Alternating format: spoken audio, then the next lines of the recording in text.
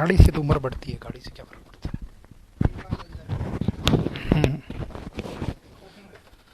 जाट को जाट की गाड़ी कभी ना लगती। फिर वो लगती है तो एकदम सच्ची लगती है।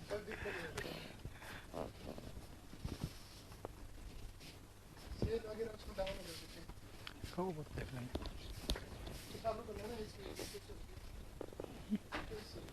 चलानी नहीं है, अपने को जरूरत ही नहीं है, देसी लट है।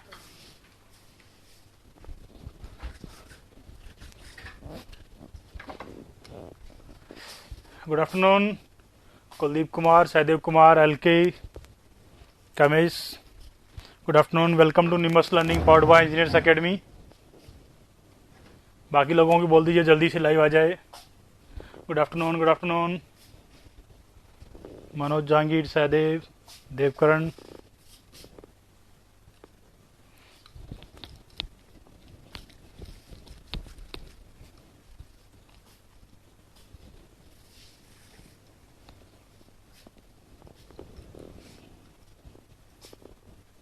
Good afternoon Ayush. जल्दी से लाइव आ जाइए, जल्दी से। बाकी लोग कहाँ हैं? अभी 26 ही आए हैं। Welcome to Nimas learning powered by engineers academy. नमस्ते।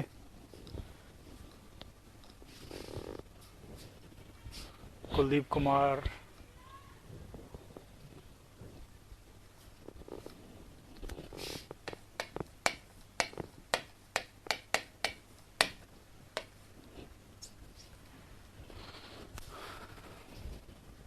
Good afternoon Biru, Dinesh Meena. Good afternoon, good afternoon. जल्दी से आ जाइए, अभी 35 ही आए हैं, आधे लोग भी नहीं आए अभी तो। कमाओ नू फास्ट, जल्दी। बाकी लोगों को शेयर कीजिए, वो भी आज के।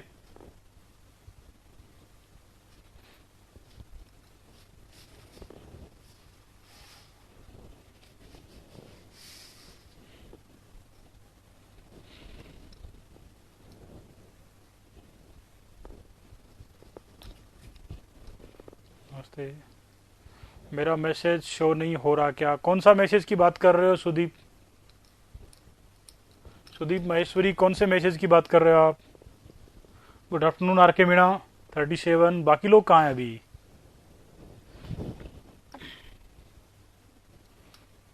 आज अपने स्टार्ट करने वाले हैं हाइड्रोलॉजी।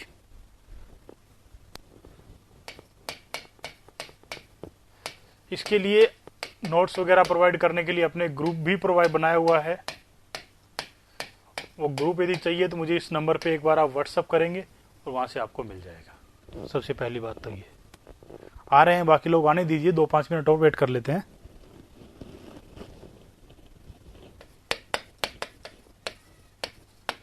टेलीग्राम पे है, इस नंबर पे मुझे व्हाट्सअप कीजिए ताकि मैं आपको लिंक प्रोवाइड कर सकूं।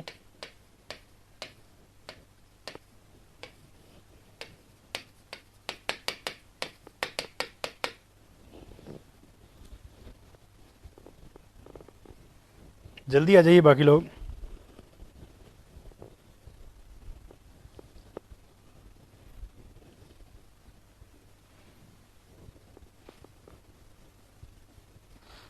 हकीम, मैं ठीक हूँ, आप बताइए। कोरोना की इस पेंडेमिक में आसपास माहौल, घर परिवार सब सही है?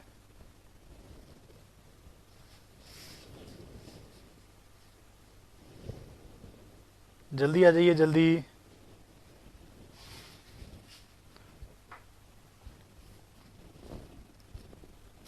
विनोद माकर सर।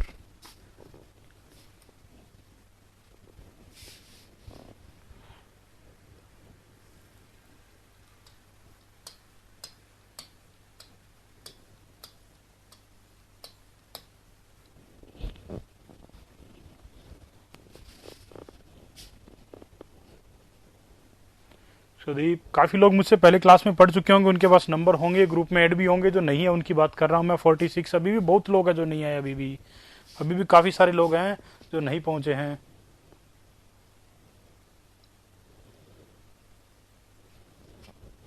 श्योर, जल्दी आ, जल्दी। सबसे पहले बात करें अपने, ये वैसे तो दोनों सब्जेक्ट एक ही है, इरिगेशन एंड हाइड्रोलॉजी। आज अपने जो पढ़ने वाले हैं वो हाइड्रोलॉजी को स्टार्ट करने वाले हैं। पहले अपने इरिगेशन को नहीं स्टार्ट करेंगे, पहले अपने हाइड्रोलॉजी को स्टार्ट करने वाले हैं। लेकिन जनरली जितने भी एग्जाम्स अपने पास देखने को मिलेंगे वो एग्जामिनर इन दोनों सब्जेक्ट्स को एक ही मान के पेपर बनाता है। क्लियर? अगर इन दोनों के मैं वेटेज की बात करूं, दोनों को मिला देने के बाद इसके वेटेज के एग्जाम का वेटेज की बात की जाए तो एसएससी जेई के प्री एग्जाम में जो ये वेरी करता है, ये अप्रोक्सीमेट एवरेज 5 to 8 क्वेश्चंस तक वेरी करने लग गया अभी। पहले जो 1 to 3 क्वेश्चंस, 1 to 4 क्वेश्चंस था, तो इसलिए 2 इयर्स में इसका वेटेज बढ़ा है और लमसम 5 to 8 क्वेश्चंस हो गया है। अगर बात करूं मैं एसएससी जेई मेंस के एग्जाम की, तो मेंस के एग्जाम में वेरी करता है ओनली सिंगल क्वेश्चंस, वो भी 15 to 25 मार्क्स का एक क्वेश्चन वेरी करता है और ये क्वेश्चन बहुत इजी रहता है। अब बात करते हैं अपने, हाँ मैं जानता हूं यहां पर सारे स्टूडेंट्स, मोस्टली जो स्टूडेंट है वो है सांगी कैंपस जयपुर के ही हैं, उनको जयपुर की वैकेंसी से ही ज्यादा है। क्लियर? अब बात करते हैं इसमें अदर स्टेट का एग्जाम जितना भी है, अदर स्टेट एग्जाम जितने भी है, चाहे राजस्थान है, चाहे वो यूपी है, चाहे बिहार है, वो अपने लमसम 10% टेक्निकल पेपर को कवर करता है। और 2-3 डिपार्टमेंट ऐसे हैं जैसे कि राजस्थान में WRD राजस्थान है,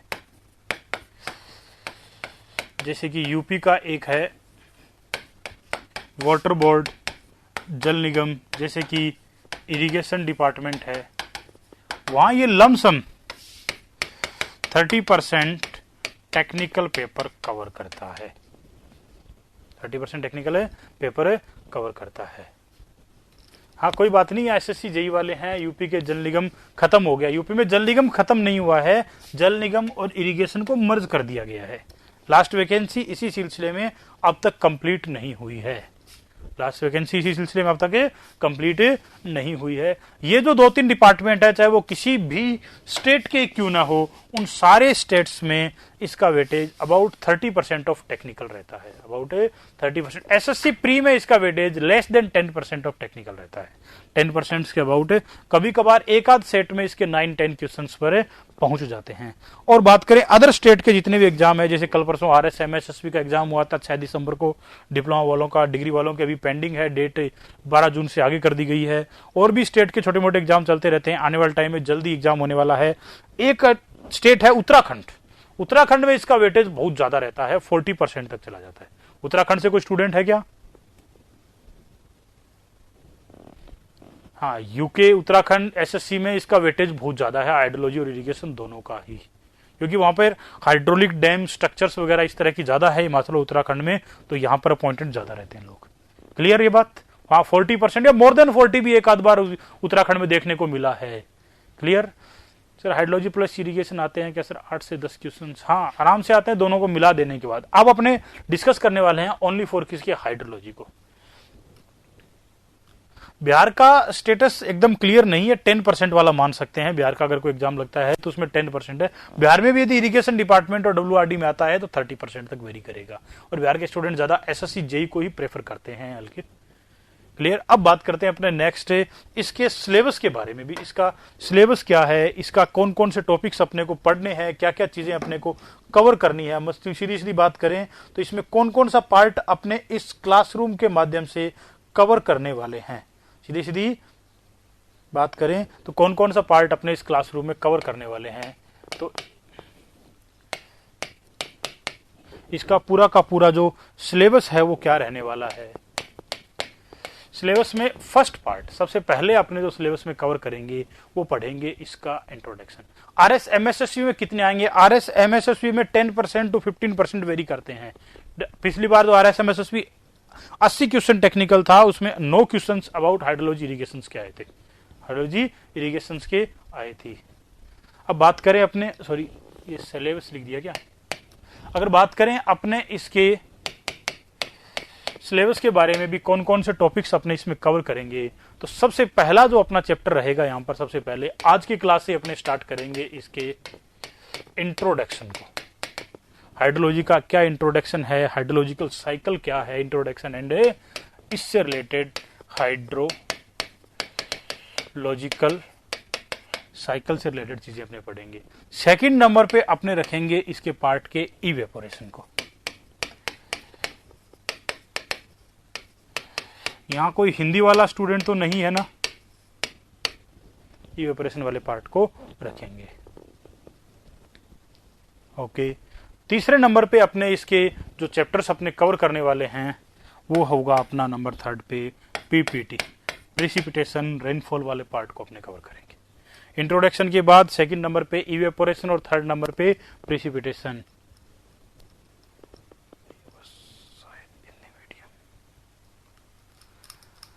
मोहम्मद सिंह, हिंदी मीडियम वालों को नोट्स मैं ग्रुप में प्रोवाइड करता हूं, बाकी क्लास अपनी इंग्लिश में नोट्स में ही चलती है और लैंग्वेज हिंदी चलती है। क्लियर है? अगर हिंदी का कोई भी है तो इस ग्रुप में मैं लिंक से ऐड होंगे, उन सबको प्रोवाइड कर दूंगा। पीपीटी के बाद नंबर 4 पे अपने चैप्टर है वो है इनफिल्ट्रेशन। नंबर 4 नंबर चैप्टर जो अपना है इनफिल्ट्रेशन। और नंबर 5 चैप्टर पीपीटी का मीन्स है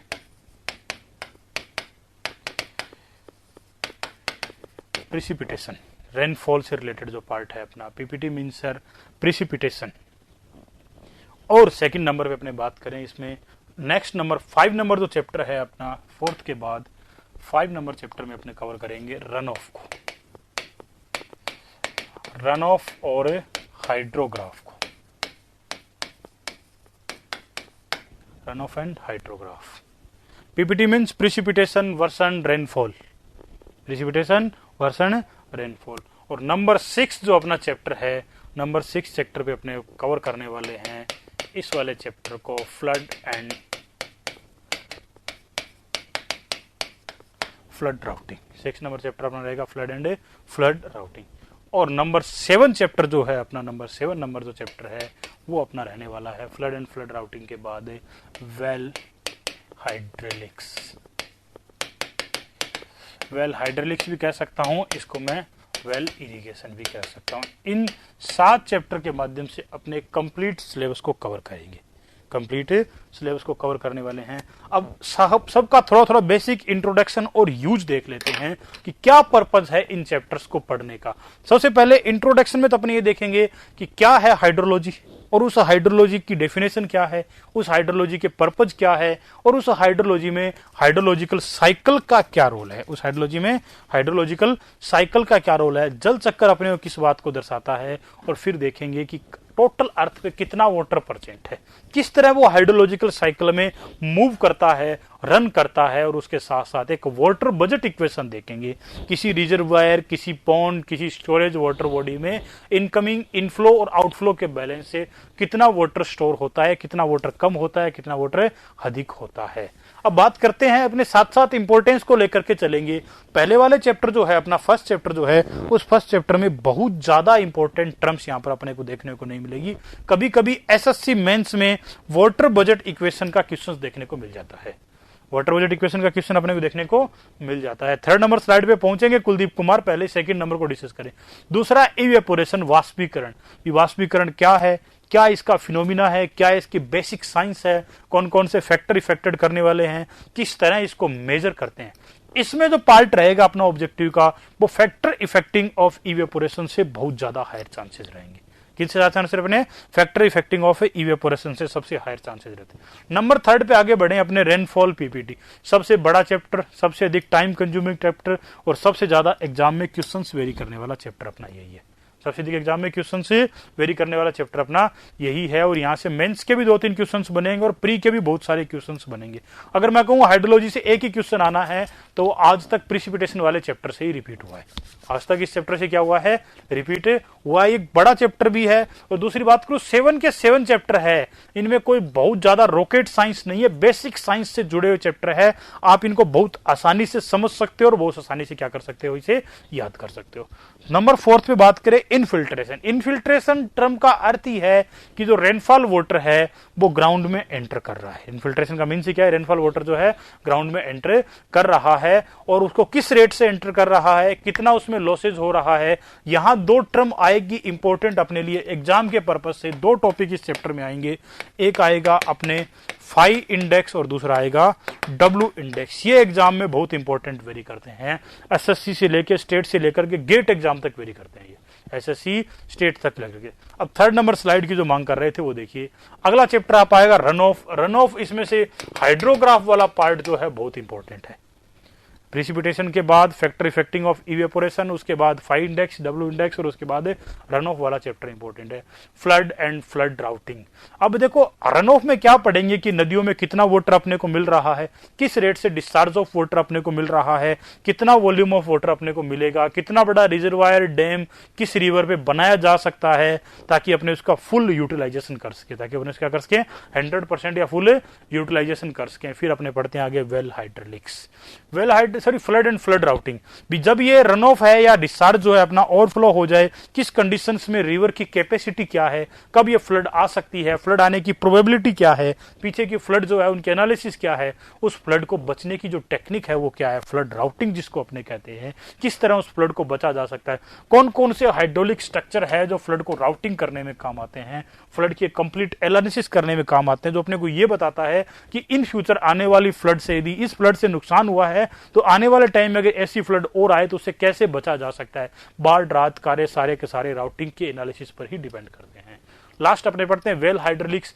वैसे ये ग्राउंड वाटर हाइड्रोलॉजी कहते हैं इसको, किस कहते हैं अपने, ग्राउंड वाटर हाइड्रोलॉजी के किस तरह से एक ट्यूबवेल बनाया जा सकता है, कितने टाइप्स के हो सकते हैं, कितने टाइप के जियोलॉजिकल फॉर्मेशन हो सकते हैं, और कितना उस ट्यूबवेल से अपने को डिस्चार्ज मिल सकता है। राउटिंग का मीन्स यहाँ एक स्पेशल टेक्निक से समझ सकते हो आप दोस्त मनमोहन सिंह। राउटिंग का मीन्स यहाँ पर किसे समझ सकते हो, स्पेशल एक टेक्निक से समझ सकते हो, एक टेक्नोलॉजी से समझ सकते हो, एक एनालिसिस से समझ सकते हो कि किस तरह फ्लड के डाटा को यूज करके अपने आने वाली फ्लड की एनालिसिस कर सकते हैं। 5 चैप्टर ब्रैकेट में क्या लिखा, 5 चैप्टर के ब्रैकेट में ये लिखा है कि रन ऑफ और हाइड्रोग्राफ में, हाइड्रोग्राफ वेरी इंपॉर्टेंट है। हाइड्रोग्राफ क्या है अपना, वेरी इंपॉर्टेंट है एग्जाम के लिए, क्योंकि इस पे अपनी राउटिंग की, फ्लड की, रन ऑफ की सारी एनालिसिस हाइड्रोग्राफ पे डिपेंड करती है, हाइड्रोग्राफ पे डिपेंड करती है, और हाइड्रोग्राफ से क्वेश्चन पूछा ही जाता है। अगर मैं बात करूं 3-4 इंपॉर्टेंट पॉइंट्स की जिनसे क्वेश्चन जनरली आता है, एक तो रेनफॉल वाले चैप्टर से क्वेश्चन आने के चांसेस रहते हैं, फैक्टर इफेक्टिंग ऑफ इवेपोरेशन वाले से आने के चांसेस रहते हैं, फाई इंडेक्स, डब्ल्यू इंडेक्स के बाद हाइड्रोग्राफ और फ्लड एनालिसिस से पार्ट से क्वेश्चंस आते रहते हैं। अगर मैं बात करूं इसमें वेल एंड वेल हाइड्रोलिक्स, ये अपने 3 सब्जेक्ट्स में देखने को मिलता है। सॉइल में भी आप परमेबिलिटी वाले चैप्टर में डार्सी लॉ के साथ एक वेल की डिस्चार्ज निकालने के डुपिट्स और थिम्स थ्योरम पढ़ते हो, याद आया कुछ?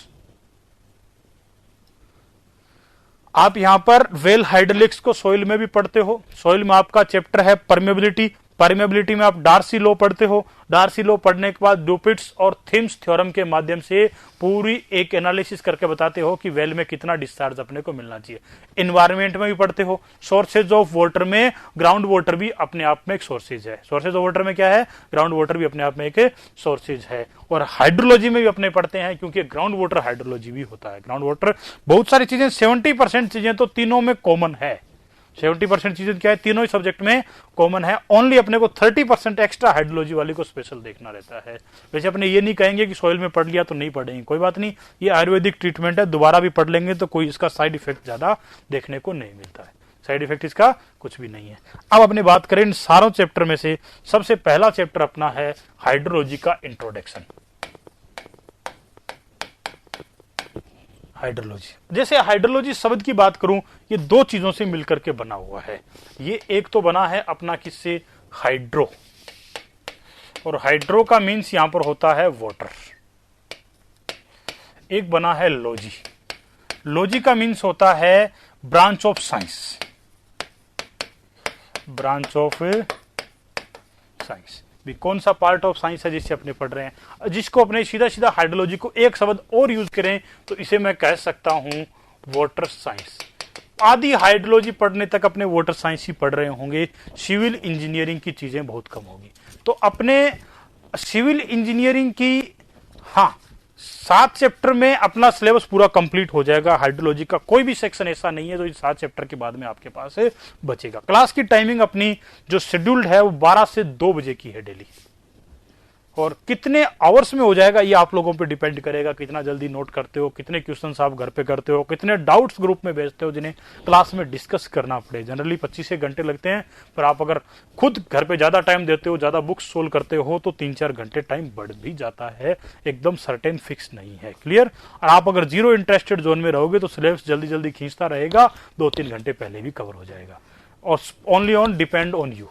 स्पेशली तुम पर ही डिपेंड करेगा, मुझ पे ये बात बहुत कम डिपेंड करेगी, क्योंकि कंटेंट जो है 15-18 घंटे का ही है, बाकी अपनी प्रैक्टिस है। प्रैक्टिस आप साथ चलोगे तो ज्यादा करेंगे, आप साथ नहीं चलोगे तो कम करेंगे, और आप अगर जीरो इंटरेस्टेड होगे तो करेंगे भी नहीं। आ रही समझे बात? क्लियर? अब अपने बात करते हैं कौन कौन से सेंटर के स्टूडेंट्स है इसमें, कौन कौन से सेंटर से, प्लीज कमेंट्स में बताएं एक बार। सांगी से तो है ही, वो तो मुझे पता है, बाकी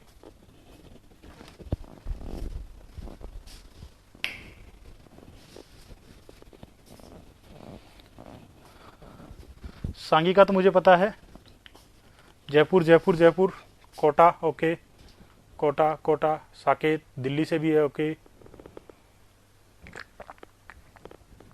आप अपने सेंटर का नाम बताएं ना, किस सेंटर में आपने एडमिशन लिया था, उस सेंटर की बात कर रहा हूं।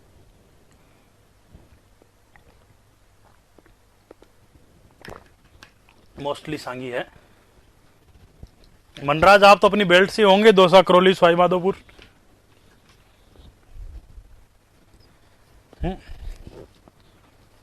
अगर मुझे हाइड्रोलॉजी की बात करनी है, भरतपुर ये सारे सांगी वाले ही हैं, निम्बस से डायरेक्ट भी हैं ओके, कोई प्रॉब्लम नहीं है। अपने कोई किसी सेंटर का किसी तरह का कोई डिफरेंस नहीं है। एक सिंगल टर्म में कहूं तो आप सब इंजीनियर्स एकेडमी और निम्बस लर्निंग के स्टूडेंट्स हो। क्लियर? अब इसके अगर डेफिनेशन नोट करना चाहूं तो मैं क्या नोट कर सकता हूं, ये कह सकता हूं hydrology is an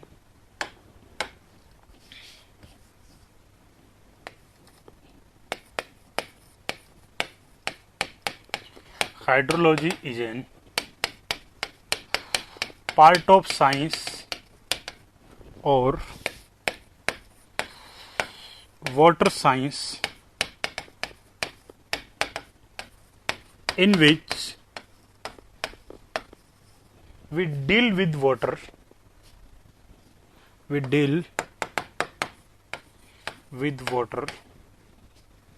that's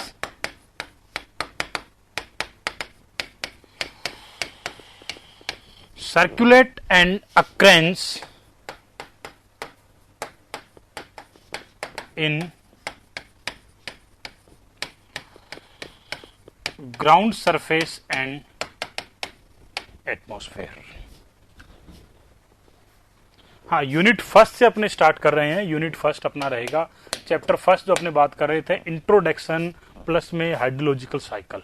introduction plus से हाइड्रोलॉजिकल साइकिल से बात कर रहे हैं। हाइड्रोलॉजी का मीन्स यहाँ पर क्या है, वाटर साइंस। ये दो दो अलग अलग शब्दों से मिलकर के बना हुआ है, हाइड्रो प्लस लॉजी।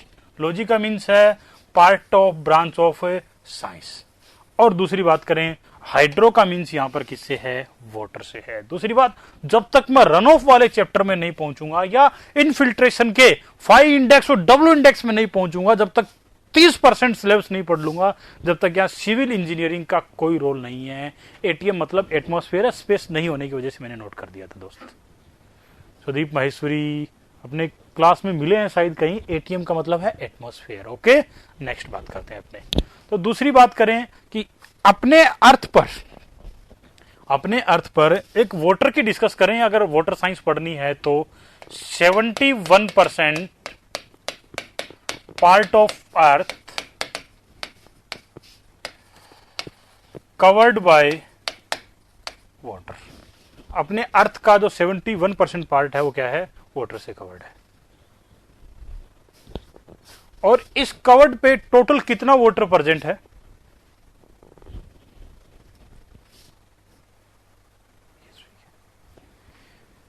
हाँ 4 नंबर को नोट कर दीजिए। Hydrology is part of science और water science in which we deal with water that's circulate and occurs in ground surface and atmosphere. Previous slide यही तो है दोस्त। कल अपने बोर्ड चेंज करवा लेंगे, दूसरे वाला बोर्ड यूज कर लेंगे जिसमें थोड़ा अपने इसको जूम भी कर सके और नंबर्स ऑफ स्लाइड भी बढ़ा सके, थोड़ा आपको समझने में इजी हो जाएगा। फिर आज उसमें थोड़ी सी चार्जिंग प्रॉब्लम थी, साथ साथ नोट करते जाएं। फर्स्ट स्लाइड से 1 मिनट रुकिए, 5-7 स्लाइड होने के बाद मैं नोट करवा दूंगा, टॉपिक कंप्लीट होगा वैसे ही। Hydrology is part of science, hydrology is part of science या ब्रांच ऑफ साइंस, या कह सकता हूं water science in which we deal with water, इसमें अपने किसके साथ डील कर रहे हैं, वाटर के साथ डील कर रहे हैं, with water that's circulate and occurrence. कौन सा वाटर जो अर्थ सरफेस पे सर्कुलेट हो रहा है या अर्थ पे अक्रेंस हो रहा है, रेनफॉल से गिर रहा है, कोई घटना हो रही है जिससे अर्थ पे वाटर पहुंच रहा है, किस किस पे, ग्राउंड सरफेस पे हो रहे, एटमॉस्फेयर पे। नेक्स्ट अगला पार्ट है कि पूरी अर्थ का 71% पार्ट जो है कवर्ड बाय वाटर, वाटर से कवर्ड है।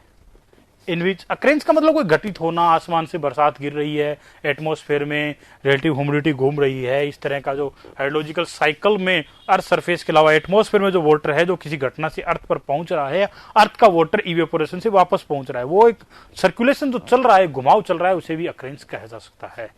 अक्रेंस का मतलब उत्पन्न होना या मीन्स क्या, यहाँ रेनफॉल होना, यहाँ बर्फबारिश के उत्पन्न होने का मतलब क्या है, रेनफॉल का होना, एटमॉस्फेयर में क्लाउड्स में जो भी वाटर है वो अपने वापस अर्थ पे पहुंचना। इसी तरह तो उत्पन्न होता है पानी अर्थ पे इसी फॉर्म में रहता है ना, वापस वो इवेपोरेशन की फॉर्म में वापस आता है। तो इस सारे शब्द को अगर एग्जैक्ट एक मीनिंग से प्रेजेंट करना चाहूं तो मैं इसे कह देता हूं अक्रेंस। क्या कह देता हूं, अक्रेंस। और अर्थ पे पानी घूम रहा है वो सारा का सारा क्या हो जाता है, अपना सर्कुलेंस, वो सारा सर्कुलेशन हो जाता है। On the earth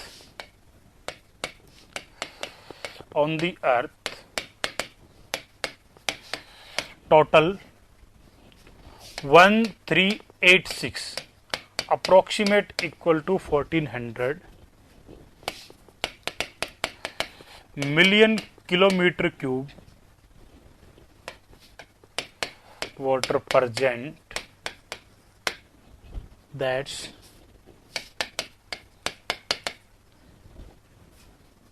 distributed below।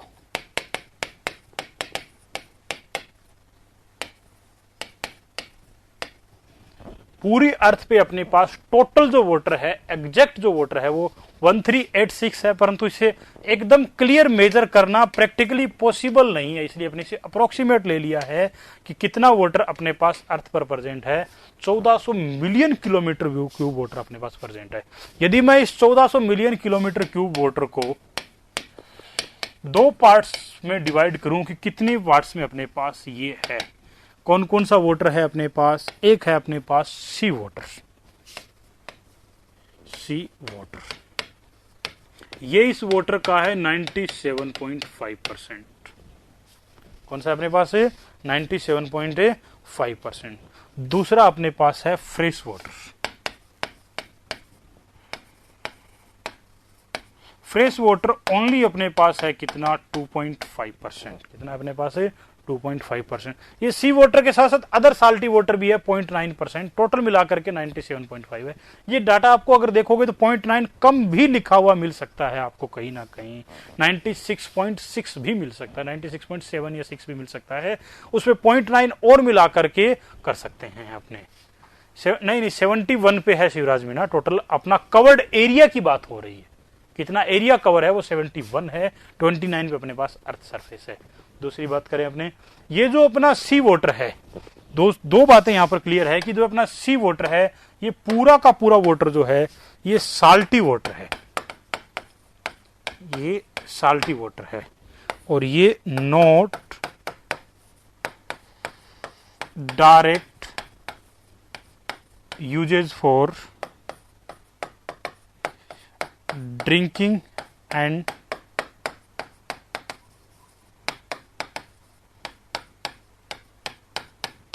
Irrigation purpose.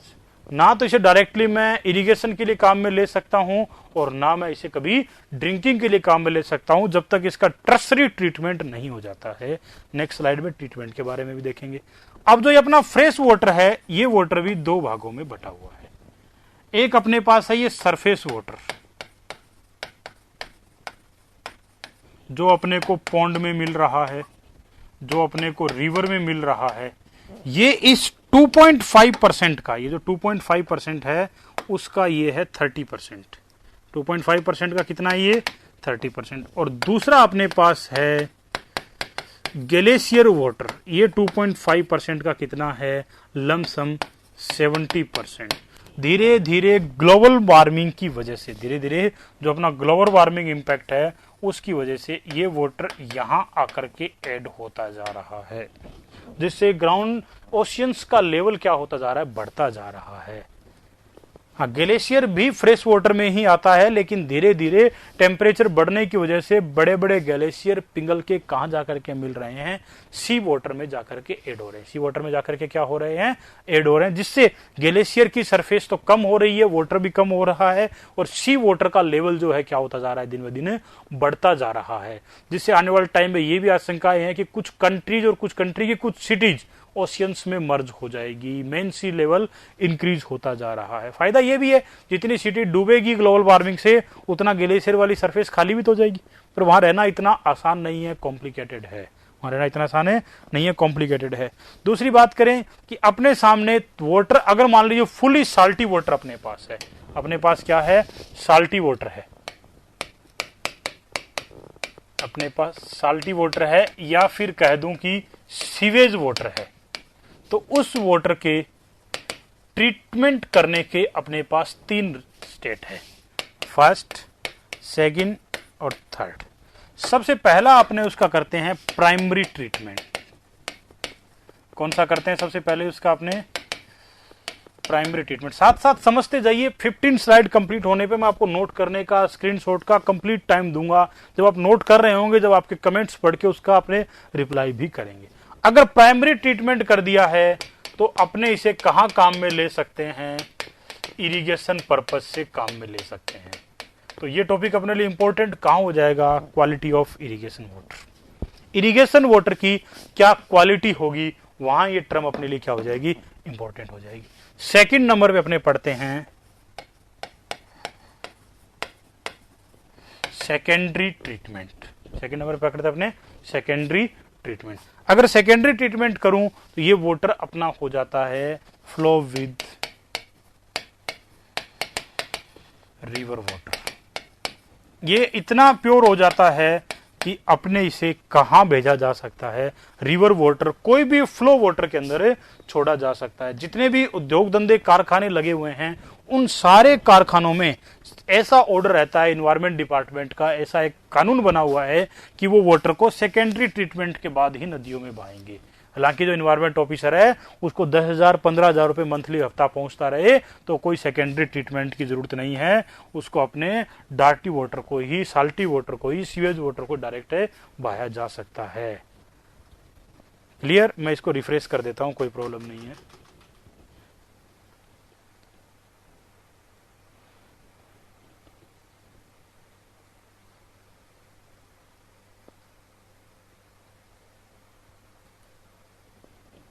Is that clear?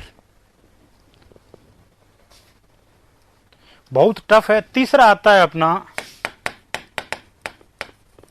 Tertiary treatment. Tertiary treatment के बाद अपना कैसा भी वाटर है वो कैसा बन जाता है, ड्रिंकिंग वाटर। कैसा वाटर अपने पास कैसा बन जाता है, ड्रिंकिंग वाटर। तो अपने यहां पर ऊपर वाला कलर यूज नहीं करेंगे, कोई बात नहीं, अपने व्हाइट और ग्रीन कलर को लेकर के चलेंगे।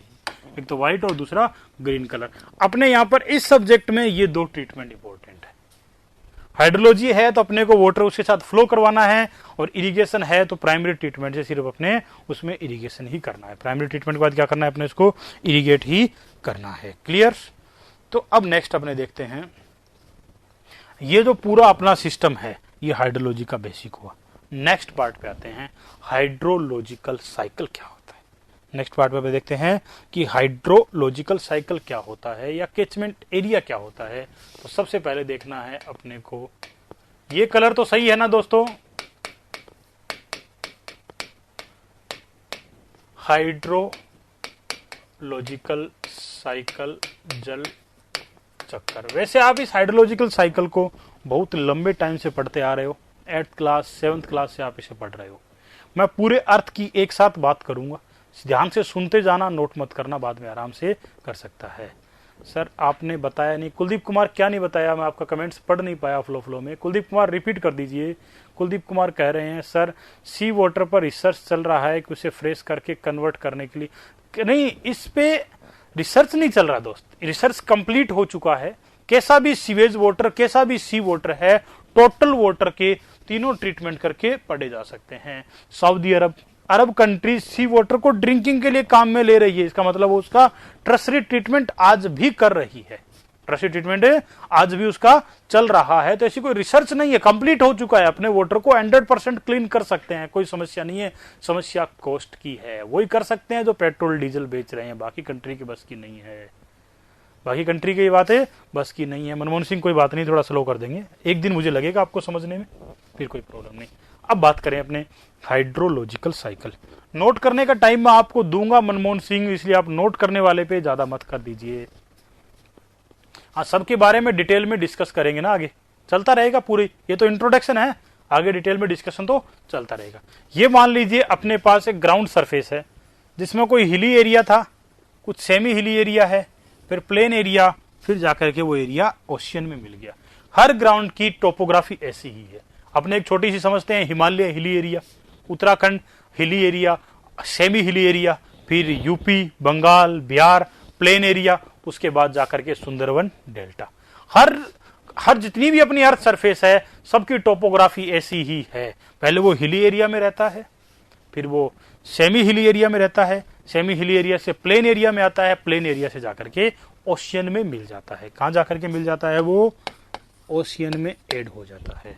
हो सकता है कि ओशियन में ऐड होने से पहले वो किसी रिवर के माध्यम से गुजर रहा हो, वो किसी रिवर के माध्यम से गुजर रहा हो सकता है कि रिवर में बना हुआ डेल्टा जो है वो अपने ग्राउंड वाटर टेबल से भी नीचे चला गया हो, जा सकता है। जो बारहमासी नदियां हैं उन सब में ऐसा हो सकता है। ये जो अपना ओशियन है, इस ओशियन में पूरा का पूरा कौन सा वाटर फिल है? इस ओशियन में साल्टी वाटर फिल है। हालांकि पूरा हाइड्रोलॉजिकल साइकिल समझने के लिए पूरी हाइड्रोलॉजी पढ़नी पड़ेगी। बेसिक हाइड्रोलॉजिकल साइकिल देख रहे हैं अपने, पूरा कंसेप्ट चैप्टर वाइज चलता रहेगा, पूरा कंसेप्ट चैप्टर वाइज चलता रहेगा। विजय सिंह मीणा, आप एकदम क्लियर कह रहे हो, दुबई में होने वाली वाटर सप्लाई पूरी की पूरी सी वाटर की है। सी वाटर को क्लीन करते हैं, प्राइमरी, सेकेंडरी, टर्सरी तीनों ट्रीटमेंट करते हैं, फिर दुबई सिटी में पानी ड्रिंकिंग पर्पज ले जाता है। दुबई नहीं, और भी अरब कंट्रीज की बहुत सारी सिटी है जहां पर ड्रिंकिंग वाटर ऐसे ही पहुंच रहा है, जहां पर ड्रिंकिंग वाटर ऐसे ही पहुंच रहा है। अब बात करें अपने ओशियंस में सारा का सारा कैसा वाटर फिल है? ओशियन में सारा का सारा अपने लिए साल्टी वाटर भरा हुआ है। कैसा वाटर भरा हुआ है? Salty water. ओशियन में साल्टी वाटर फिल है। अब क्या हो रहा है? ओशियन के ऊपर एनी टाइम एक सनलाइट वर्क कर रही है।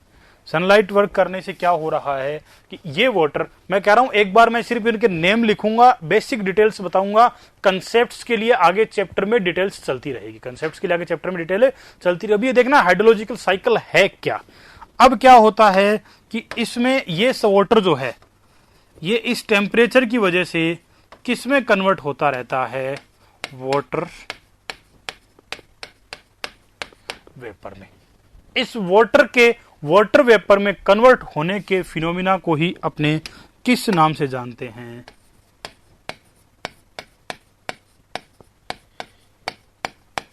इवेपोरेशन। पूरी डिटेल कैसे इवेपोरेशन हो रहा है, क्या इसके पीछे साइंस है, कैसे वाटर वेपर में कन्वर्ट हुआ, कितनी हीट की रिक्वायरमेंट है, कौन से फैक्टर्स हैं, कैसे मेजर करना है, उसके लिए पूरा एक चैप्टर है अपने पास इवेपोरेशन। हो सकता है आज की एंड ऑफ द क्लास, कल की स्टार्टिंग क्लास में इवेपोरेशन को अपने पढ़ रहे हो। तो ये जो वाटर को वाटर वेपर में कन्वर्ट होने का फिनोमिना है, ये क्या कहलाता है? इवेपोरेशन। बेसिक डिटेल में सबकी एक बार नोट कर लेता हूं। ये सबसे पहला अपना हाइड्रोलॉजिकल साइकिल में आया इवेपोरेशन। ये एक फिनोमिना है, it's an surface phenomena in which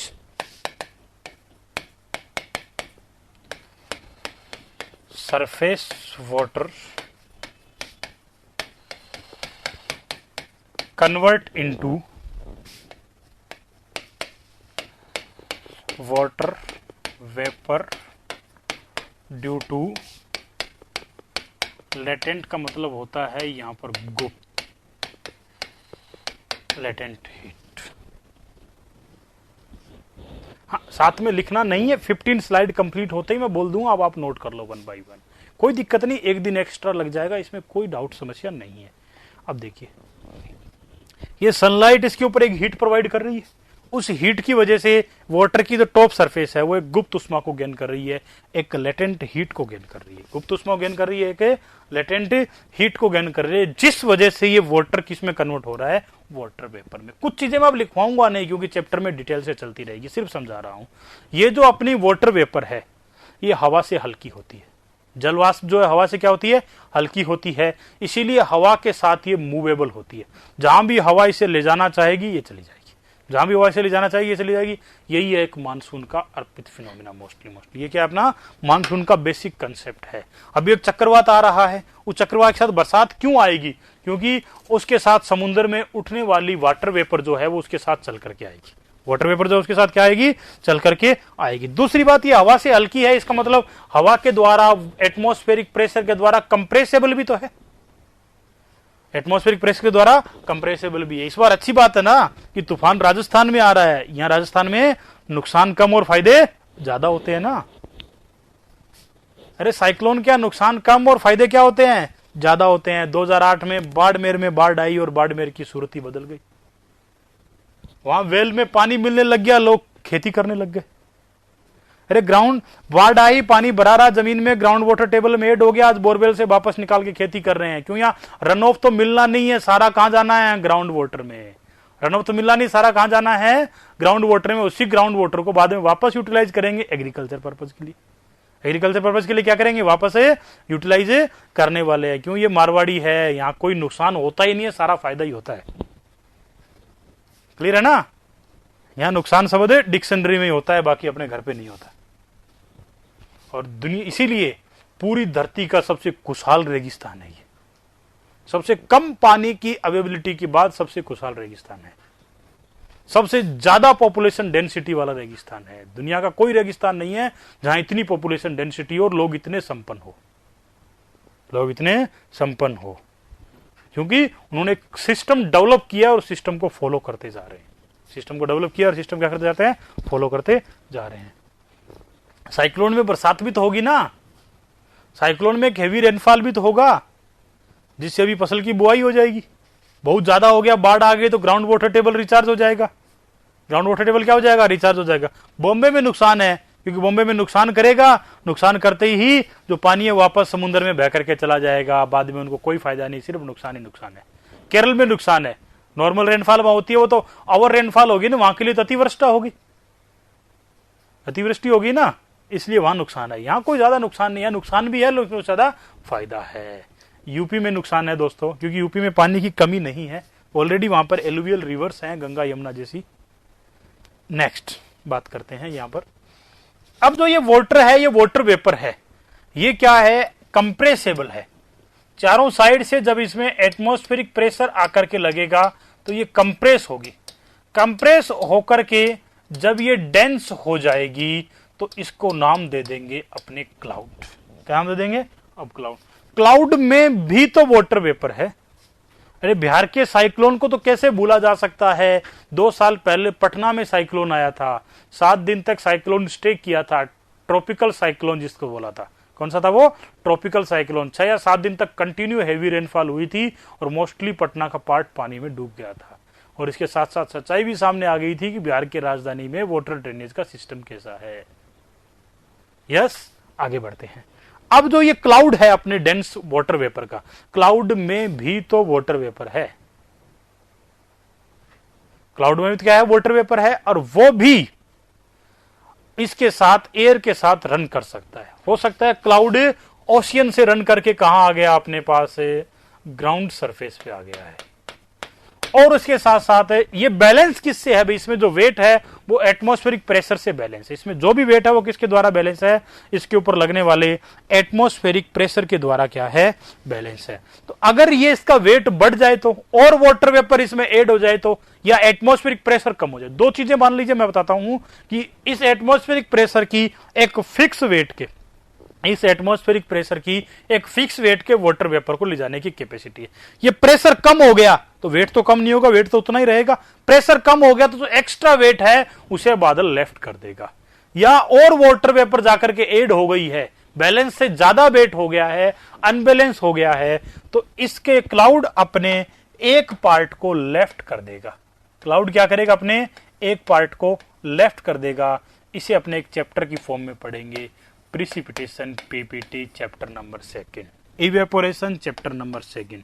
तो प्रिसिपिटेशन क्या हो गया है कि किसी भी फॉर्म में, किसी भी घटना से, किसी भी तरह से, चाहे वो साइक्लोन आए, चाहे वो कन्वेक्शन हो, चाहे वो हल्की रेनफॉल हो, चाहे वो हेवी रेनफॉल हो, चाहे ओलावृष्टि हो, चाहे स्नोफॉल हो, चाहे ग्लेज हो, चाहे हेल हो, किसी भी तरह से हो, किसी भी तरह से हो, वो अगर एटमॉस्फेयर पे, क्लाउड से या एटमॉस्फेयर से ग्राउंड सरफेस पे वाटर पहुंचता है तो उस फिनोमिना को क्या कहते हैं अपने पीपीटी।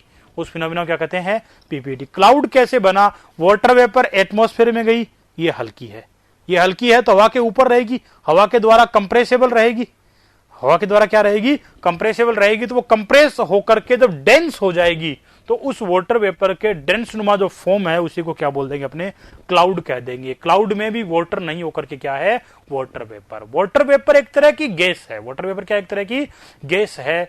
उसी गैस को अपने देखिए मैं बात करूं इस वाटर वेपर को समझाता हूं भी। वाटर जो अपना है, एक मिनट यहीं पे आ जाते हैं, जो वाटर है अपना 3 स्टेज में रह सकता है।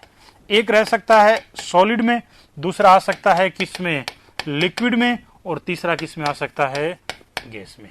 अगर वो सॉलिड में है तो अपने जानते हैं वो क्या है आइस, अगर वो लिक्विड में है तो अपने जानते हैं वो क्या है वाटर, अगर वो गैस में है तो वो क्या है वाटर वेपर।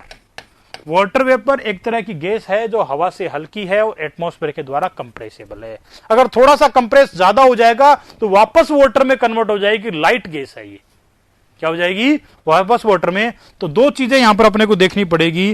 पहली बात तो ये जो वाटर वेपर है ये लाइट देन एयर है। दूसरी बात it's easily converted in again water. इतनी इजीली कन्वर्ट हो जाती है कि यहां जो एटमॉस्फेयर पे लगने वाला प्रेशर है जिसके लिए रेनफॉल के रिस्पॉन्सिबल है, उतने में ही वाटर वेपर वापस वाटर में कन्वर्ट हो जाती है। थोड़ा सा अधिक प्रेशर लगा तो वाटर वेपर वापस किस में हो जाती है वाटर में कन्वर्ट हो जाती है। तीसरे नंबर पे अपने पास टर्म आई है, वो आई है किसकी एटमॉस्फेयर में आने वाले पीपीटी की। नेक्स्ट क्या है PPT. It's an process in which cloud and atmosphere water reach on ground surface। तो ये क्या करता है अपने ग्राउंड सरफेस पे वाटर पहुंचता है। क्लियर। इस फिनोमिना को अपने किस नाम से जानते हैं पीपीटी। इतना ही नोट करेंगे क्योंकि पीपीटी पे आगे पूरा चैप्टर है, उसको कब पढ़ेंगे फिर। पीपीटी पे आगे क्या है पूरा एक चैप्टर है, ये एक पेज बीच में खाली रहेगा कोई बात नहीं, पीपीटी पूरा आगे चैप्टर है। अब बात करते हैं अपने नेक्स्ट। जब ये वाटर ग्राउंड पे पहुंचा, जब ये वाटर क्या हुआ ग्राउंड पे पहुंचा तो 2-3 पार्ट्स में डिवाइड हुआ। कुछ पार्ट्स जो है ग्राउंड के द्वारा एब्जॉर्ब कर लिया गया, डाउनवर्ड मूव करता गया और नीचे चलता गया। इसको बोला आपने इनफिल्ट्रेशन। क्या नाम दिया इसको अपने इनफिल्ट्रेशन। ये अपना बना चैप्टर नंबर 3। क्या बना इनफिल्ट्रेशन। यही वाटर ग्राउंड के अंदर मूव कर रहा है, इस शब्द को बोल दिया पर्क्यूलेशन। क्या बोल दिया इसको पर्क्यूलेशन। इनफिल्ट्रेशन वैसे क्या बोल दिया पर्क्यूलेशन। ये अपना चैप्टर नंबर रहा 3। ये अपना चैप्टर नंबर कौन सा रहा 3। अब इस 3rd नंबर चैप्टर में जो इनफिल्ट्रेशन टर्म है इसको अपने किस तरह समझा जा सकता है। Next infiltration.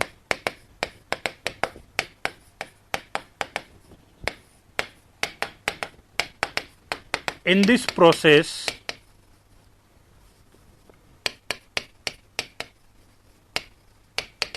rainfall water enter in ground surface. कितना करेगा वो डिपेंड करेगा कितना इनफिल्ट्रेशन की रेट है, रेनफॉल जितनी है कि कितनी ज्यादा है। सारा वाटर इसमें एंटर नहीं हो पाएगा, ध्यान रखना। बचा हुआ जो वाटर है वो सरफेस पे रन करेगा इस तरह, और रन करके अपनी नदियों तक पहुंचेगा और नदियों से रन करके वापस यहां तक आएगा। इस पार्ट को अपने पढ़ते हैं किस फॉर्म में, run of, chapter number 4। Run of से वाटर वापस कहां पहुंच गया है, ओशियंस पर पहुंच गया है। वाटर कहां पहुंच गया, वापस अपने ओशियंस पर पहुंच गया है। ओशियन से फिर इवेपोरेशन हुआ, वापस ग्राउंड सरफेस पे पहुंच गया। ये एक साइक्लिक मैनर है जो कभी रुकने वाला नहीं है। ये जो साइक्लिक मैनर है ये कभी रुकने वाला नहीं है, ये हमेशा चलता ही रहेगा, ये हमेशा चलता ही रहेगा। तो इसी चक्कर को, इसी साइकिल को किस नाम से जानते हैं, अपने हाइड्रोलॉजिकल साइकिल। इसी साइकिल को किस नाम से जानते हैं, अपने हाइड्रोलॉजिकल साइकिल के नाम से जानते हैं। क्लियर है।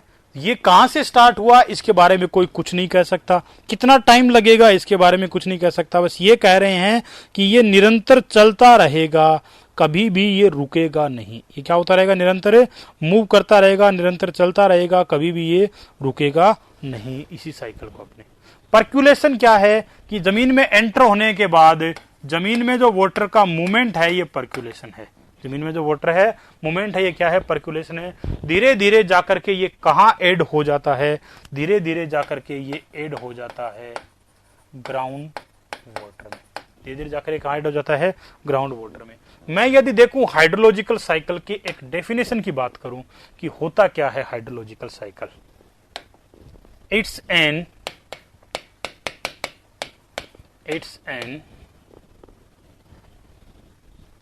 movement of water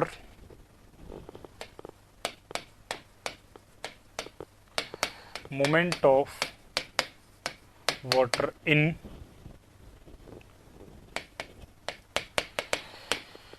cyclic manner at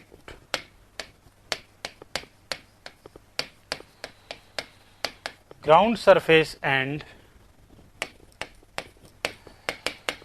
atmosphere in one phase to other phase. जैसे कि जो आज अपने पास ओशियन वाटर है, दूसरी फेज में जाकर के कैसा बन जाएगा अपने पास,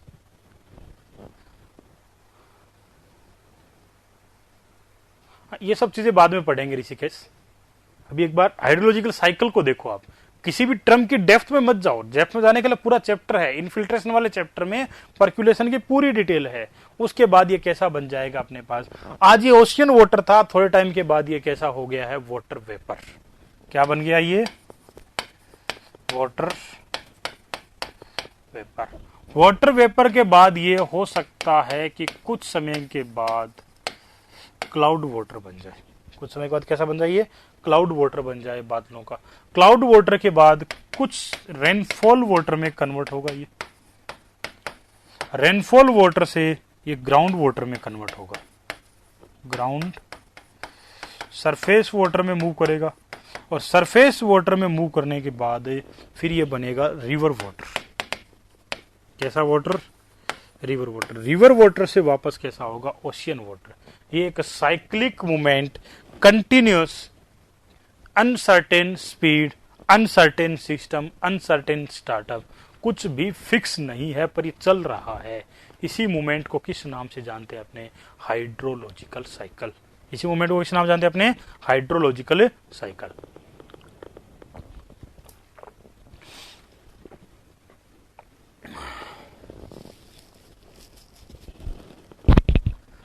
अब हाइड्रोलॉजिकल साइकिल की यदि बात कर रहे हैं अपने, पीपीटी हो गया, इनफिल्ट्रेशन हो गया, तो इसमें एक हाइड्रोलॉजिकल इक्वेशन भी बनाई जा सकती है। क्या बनाई जा सकती है इसमें, हाइड्रोलॉजिकल इक्वेशन। भी जितना भी ग्राउंड सरफेस पे रेनफॉल हुआ था, जितना भी रेनफॉल हुआ ये दो पार्ट्स में बढ़ जाएगा। जितना भी रेनफॉल हुआ है दो पार्ट्स में, नोट करना हो तो मैं बता दूंगा, कोई टेंशन नहीं है, मैं नंबरिंग से नोट करवाऊंगा, वो भी आपको चिंता नहीं करनी। रेनफॉल दो पार्ट्स में बंद हो जाएगा, कुछ अपने को मिल जाएगा रन ऑफ और कुछ यहां पर हो जाएगा लॉसेज। कौन कौन से लॉसेज है उनको भी अपने डिटेल से पढ़ते रहेंगे, कौन कौन से लॉसेज है उनको भी अपनी डिटेल से बढ़ते रहेंगे। ये था अपना एक हाइड्रोलॉजिकल साइकिल। अब मैं नंबरिंग से आपको बता रहा हूँ किस सिस्टम से कैसे कैसे इसको नोट करना है। कोई भी डाउट हो उस स्लाइड्स में तो आप नोट करते जाइए। मैं एक डिफरेंट ही कलर से, इस कलर से नंबरिंग करता जा रहा हूँ। आप यहां से स्टार्ट करेंगे नंबर फर्स्ट से। साउंड क्लियर नहीं आ रहा क्या? अभी देखिए साउंड क्लियर होगा। ऑल ओके, कोई बात नहीं। फर्स्ट को नोट कर दीजिए, जो भी पूछना है इसमें से डाउट से पूछते जाइए, कोई प्रॉब्लम नहीं है। All okay, done.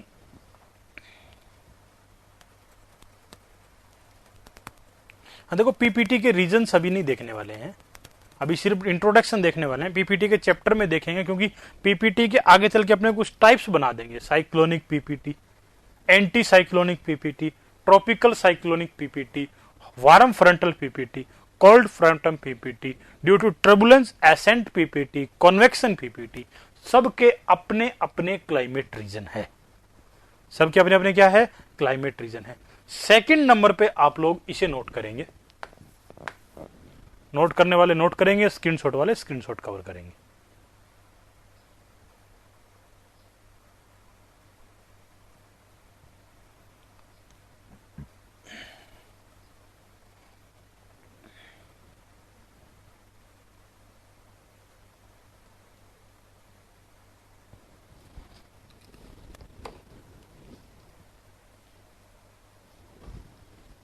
कोई ऐसा भी है क्या जिसको हिंदी में भी नोट्स चाहिए? वो मुझे एक बार व्हाट्सअप कर देना, मैं फाइल उसको देता रहूंगा डेली की।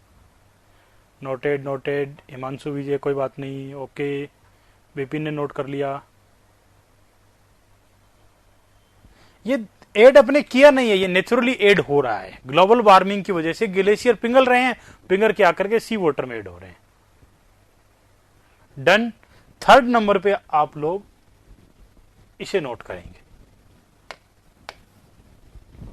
साल्टी वाटर के ट्रीटमेंट प्रोसेस क्या क्या है।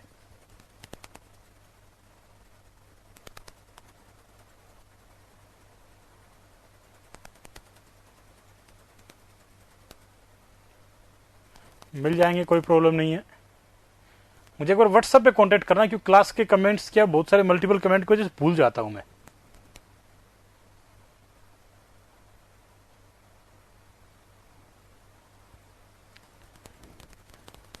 नोट हो गया हो तो नेक्स्ट पे चले। नंबर थर्ड के बाद नंबर फोर्थ आप इसे नोट नहीं करके नंबर फोर्थ पे आप इसे नोट करेंगे और हेडिंग डालेंगे। सॉरी, कलर में वापस भूल जाता हूं। हेडिंग डालेंगे हाइड्रोलॉजिकल साइकिल। नंबर फोर्थ पे इसे नोट करेंगे। थोड़ा सिस्टम से नोट करना ताकि बाद में समस्या नहीं आए।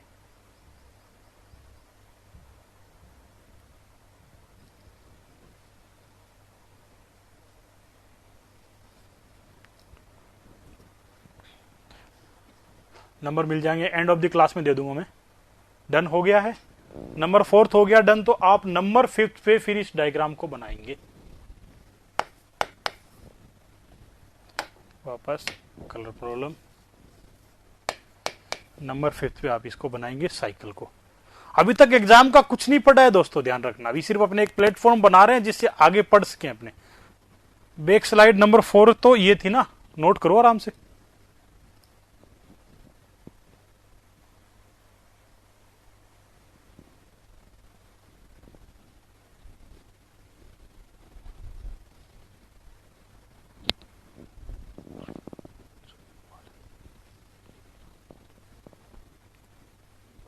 नंबर 4 हो गई ना?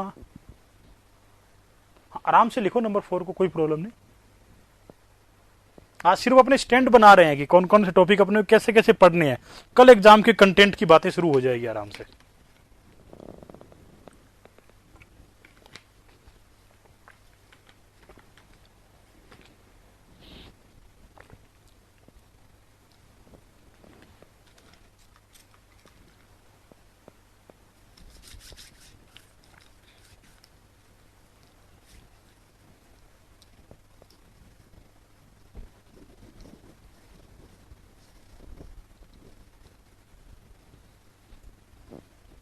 हो गया डन। अब नंबर 5 पे आपका ये डायग्राम था, जैसे मैं बता रहा हूं वैसे सिस्टम से नोट करते जाना है।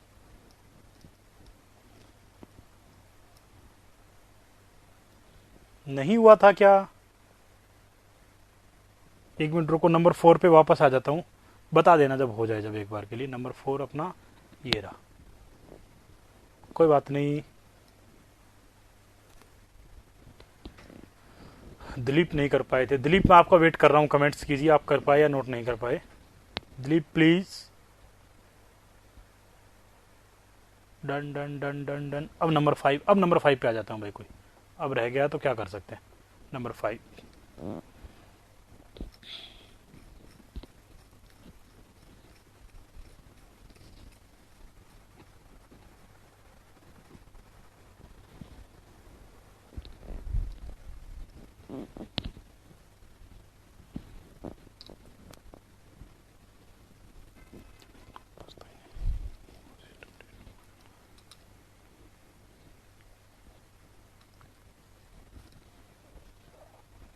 ओके परक्यूलेशन समझा देंगे।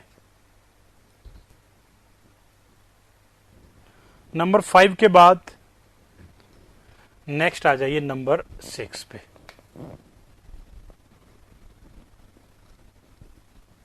Number 6,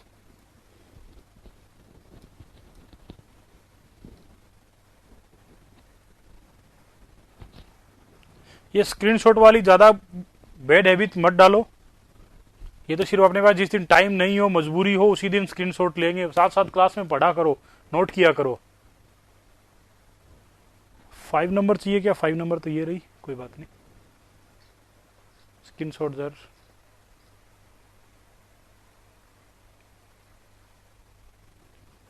number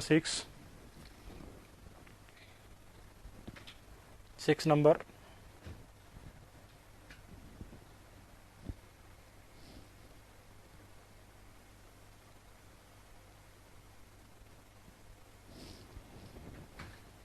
six done. नहीं बना अभी फिगर, कोई बात नहीं, 1 मिनट के लिए रुकना पड़ेगा, बता दीजिए रुकना पड़ेगा। नो नो, हाँ दिलीप आराम से बनाइए।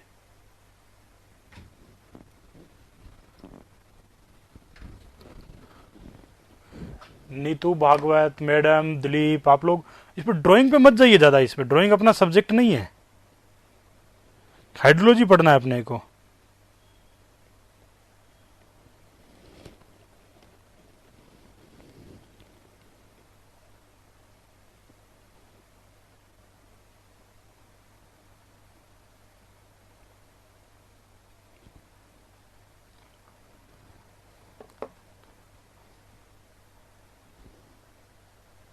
नीतू भागवत दिलीप, आप लोगों का वेट कर रहा हूँ, आप बना रहे हो। आप अर्पित, मुझे पता है आप 6 नंबर की रिक्वायर कर रहे हो, लेकिन done done.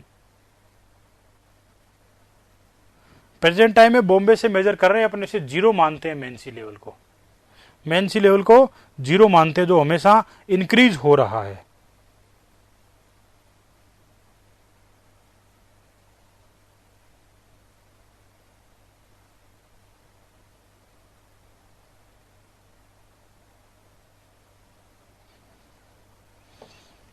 Done. Any time बढ़ रहा है, लेकिन उसे आज भी 0 माना जाता है, बाकी सारे लेवल्स उसे डिसाइड किए जाते हैं। नंबर 6 वाले नोट कर दें इसको आराम से। हाँ वो एक फिक्स मान लेते हैं, 100 मान लिया, 1000 मान लिया, 0 मान लिया, लेकिन एग्जैक्ट ऐसा नहीं है कि वो किसी पॉइंट से 100 है। ऐसी कोई गणित अपने पास अभी नहीं है।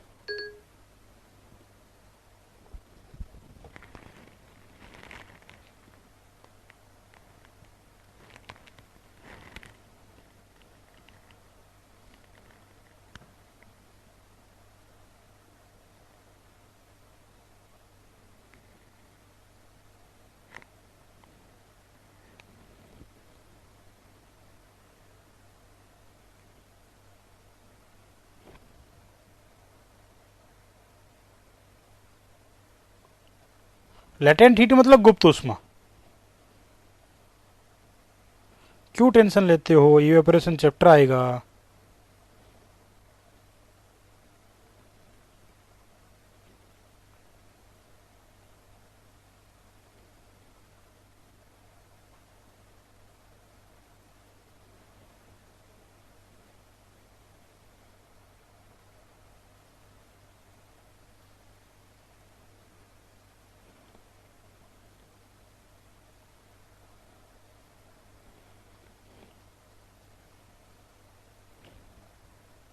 डन। इसके बाद आपको नोट करना है नंबर 7, नंबर 4 नहीं, नंबर 7, सॉरी ये वाला नंबर 7।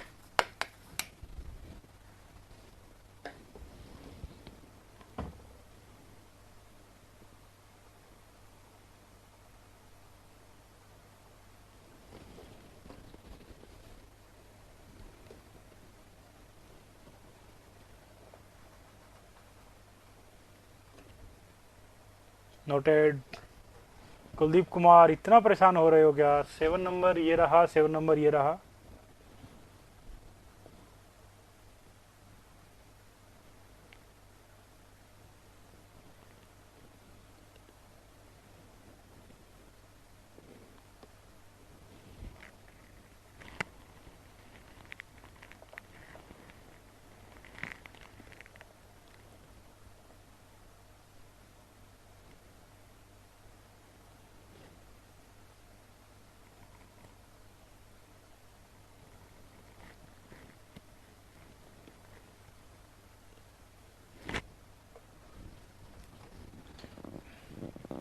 पीपीटी का मीन्स है एट क्लाउड का या एटमॉस्फेरिक वाटर का ग्राउंड पे पहुंचना। किसी भी घटना, किसी भी तरीके, किसी भी मोड, कोई भी प्रोसेस हुआ, उससे रेनफॉल जो हो रही है वो अपने आप में पीपीटी ही है। रेनफॉल में क्या हो रहा है? क्लाउड वाटर अर्थ पे पहुंच रहा है। क्लियर? नंबर 7 के बाद नंबर 8। नंबर 8 अभी अधूरा है, इसमें अपने नोट करने वाले हैं एक नई बात को, रेजिडेंस टाइम। रेजिडेंस टाइम को पहले समझ लो। Average time duration in hydrological cycle movement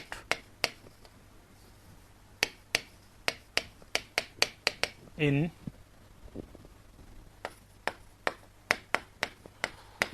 one phase to other phase. एक फेज से दूसरे फेज में इस वाटर को जाने में जो टाइम लग रहा है, एवरेज टाइम लग रहा है, उस टाइम को अपने कहते हैं रेजिडेंस टाइम। क्या कहते हैं उसको? अपने रेजिडेंस टाइम। एक पॉइंट और,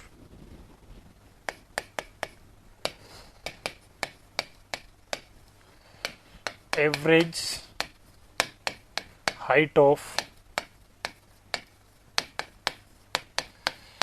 hydrological cycle. Average height of hydrological cycle is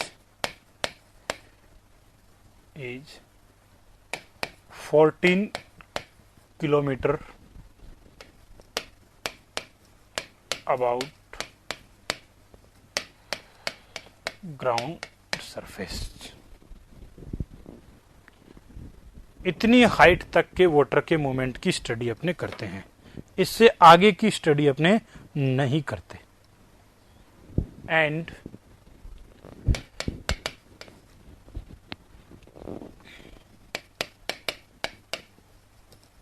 average depth of hydrological cycle is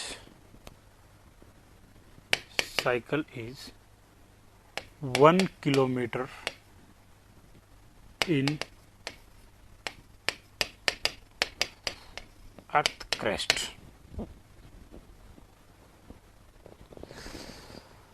circulation का मीन्स तो होता है अर्थ पे मूव करना। अक्रेंस का हिंदी अर्थ है घटित होना, और यहां हाइड्रोलॉजी में घटित होने का मतलब रेनफॉल की घटना होना, किसी फॉर्म में रेनफॉल की घटना होना। आप इसे नोट कीजिए पहले। Hydrological equation, runoff is equal to rainfall is equal to runoff plus losses. इससे बेग जाना पड़ेगा क्या? इससे बेग तो ये है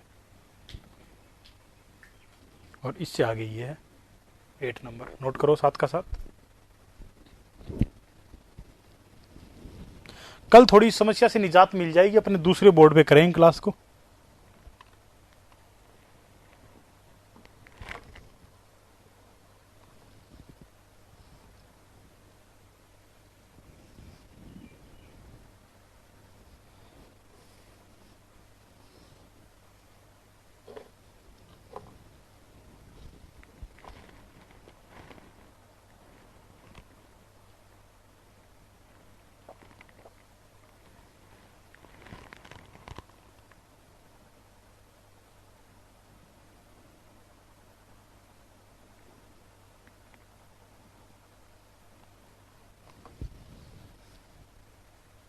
नोटेड। नेक्स्ट ये रहा, साथ साथ ही नोट करते जाओ, अलग से टाइम नहीं चाहिए अपने को। स्लाइड नंबर अपने नोट्स में ये बन जाएगी लमसम 8 और 9 नंबर।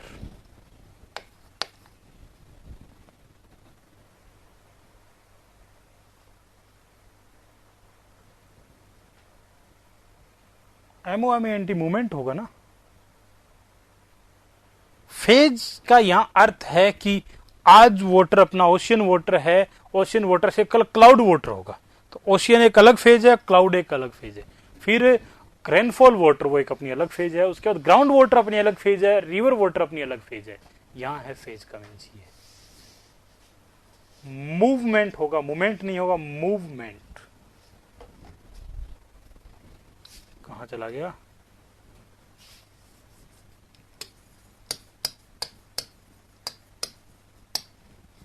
मूवमेंट। क्लियर? फेज का मीन्स जो वाटर की स्टेज चेंज हो रही है, सी वाटर से वो क्लाउड वाटर बन रहा है, क्लाउड वाटर से रेनफॉल वाटर बन रहा है, रेनफॉल वाटर से ग्राउंड वाटर, ग्राउंड वाटर से ओशियन वाटर, ओशियन वाटर से सी वाटर। ये 5-6 फेज चेंज हो गई है।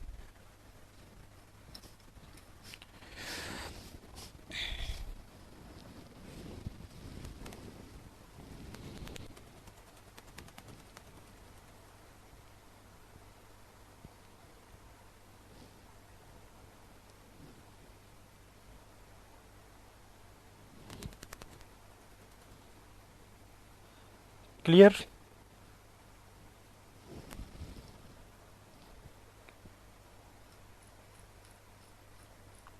Done done done. आगे आते हैं अपने।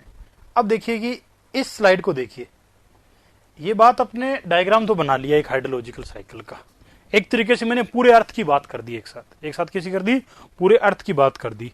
लेकिन क्या पूरे अर्थ की स्टडी एक साथ पॉसिबल है?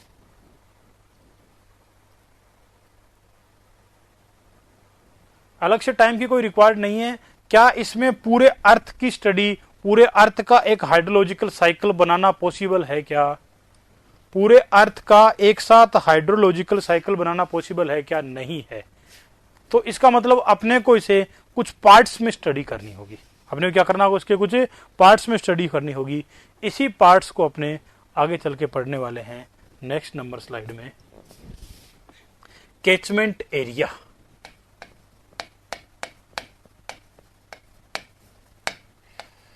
कैचमेंट एरिया क्या पढ़ने वाले अपने यहां पर? Catchment area.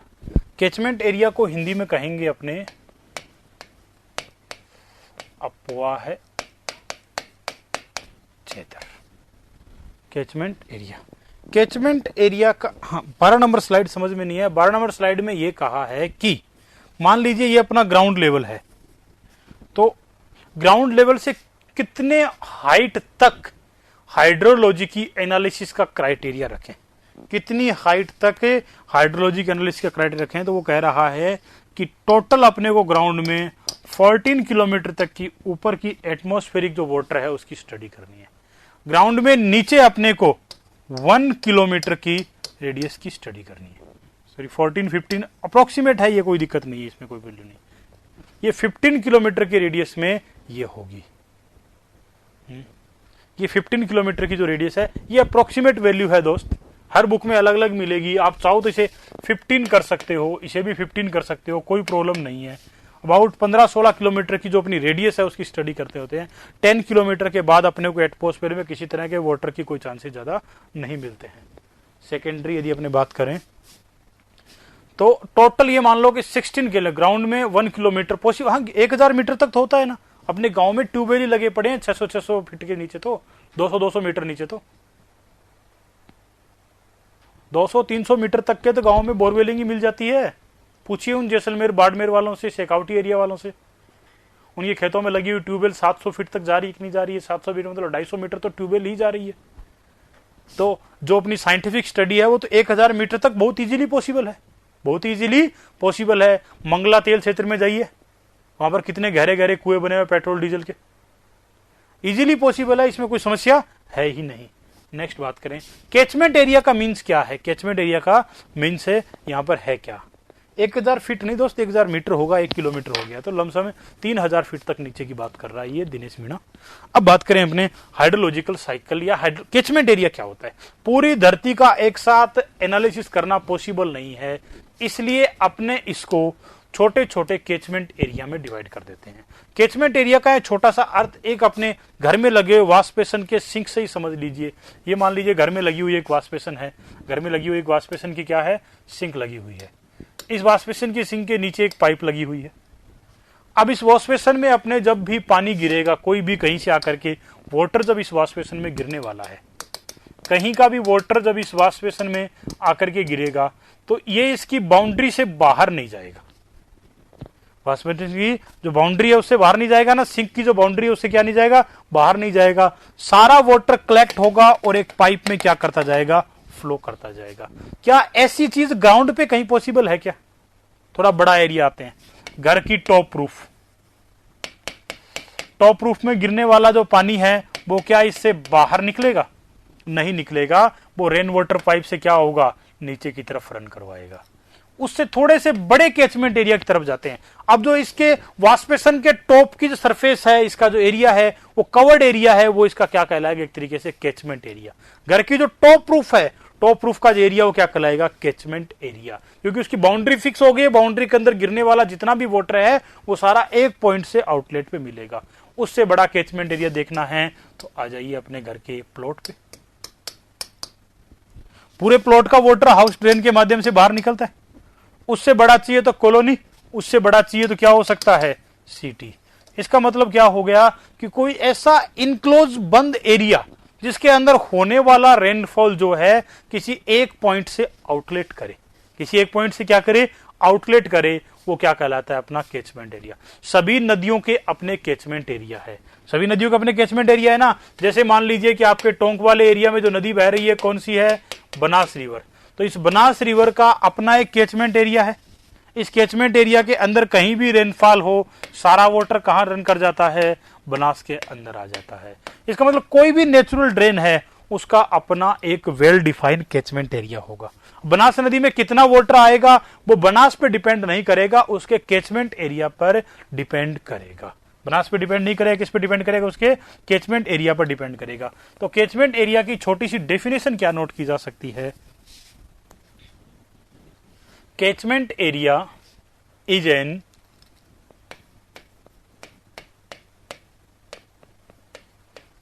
catchment area is an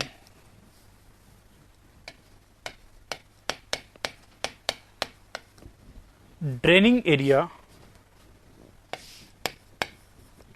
Catchment area is an draining area of a natural stream. कोई भी नेचुरल स्ट्रीम है उसका अपना एक ड्रेनिंग एरिया है, वो कैचमेंट एरिया कहलाएगा।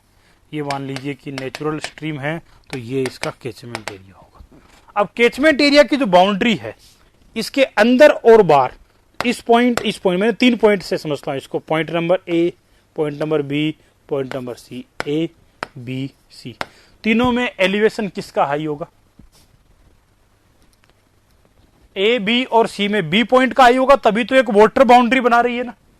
इसीलिए इस लाइन को वाटर डिवाइड लाइन कहा जा सकता है क्या। ये इन दोनों एरिया में आपस में वाटर को क्या कर रही है, डिवाइड कर रही है। दोनों एरिया वाटर को आपस में क्या कर रही है, डिवाइड कर रही है। तो इसे वाटर डिवाइड लाइन कहा जा सकता है। क्या मैं इसे वाटर शेड लाइन कह सकता हूं। ये आसपास के एरिया में हाईएस्ट एलिवेशन वाली लाइन है, तो क्या मैं इसे रिज लाइन कह सकता हूं। कैचमेंट की बाउंड्री जो अपने आप में क्या कहलाएगी, रिज लाइन कहलाएगी। वाईफाई रुक गया था, रिपीट कर देते हैं, कोई बात नहीं। अर्पित शर्मा, प्रॉब्लम स्टूडियो से आ रही है या आपके मोबाइल से आ रही है। स्टूडियो से तो नहीं आ रही है, ओके है, ऑल ओके है, स्टूडियो से कोई प्रॉब्लम नहीं आ रही है। हाँ, अब देखिए ये जो लाइन है पूरी की पूरी, इसमें अगर मैं एलिवेशन की बात करूं तो बी पॉइंट का एलिवेशन जो है ए से भी अधिक होगा, बी पॉइंट का एलिवेशन सी से भी अधिक होगा, तभी तो ये दोनों के ऊपर एक वाटर शेड का काम करेगी। दोनों के बीच में क्या करेगी कि वाटर शेड का काम करेगी, दोनों के बीच वाटर डिवाइड करने का काम करेगी, ये रिज लाइन कहलाएगी। तो कैचमेंट की बाउंड्री जो है ridge line, water shed line, water divide line कहलाती है। कैचमेंट की बाउंड्री जो water shed line, water ridge line, water divide line कहलाती है। दूसरी बात करूं,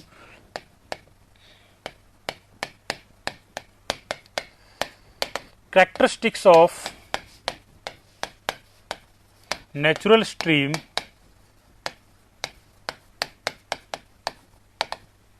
depends on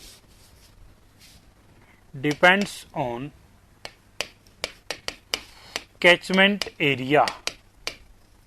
कैचमेंट एरिया जो उसके कैरेक्टरिस्टिक्स है वो उसके कैचमेंट एरिया पर डिपेंड करते हैं। हर नदी का अपना एक कैचमेंट एरिया होता है, हर नदी का अपना एक कैचमेंट एरिया होता है।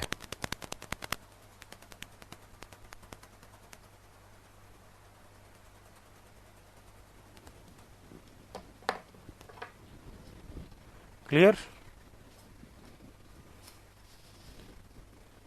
नहीं, अब जो कैचमेंट की बाउंड्री है, हाँ वाटर शेड कैचमेंट को कहते हैं, इसी का एक नाम और भी है, इसे अपने वाटर शेड भी कहा जाता है,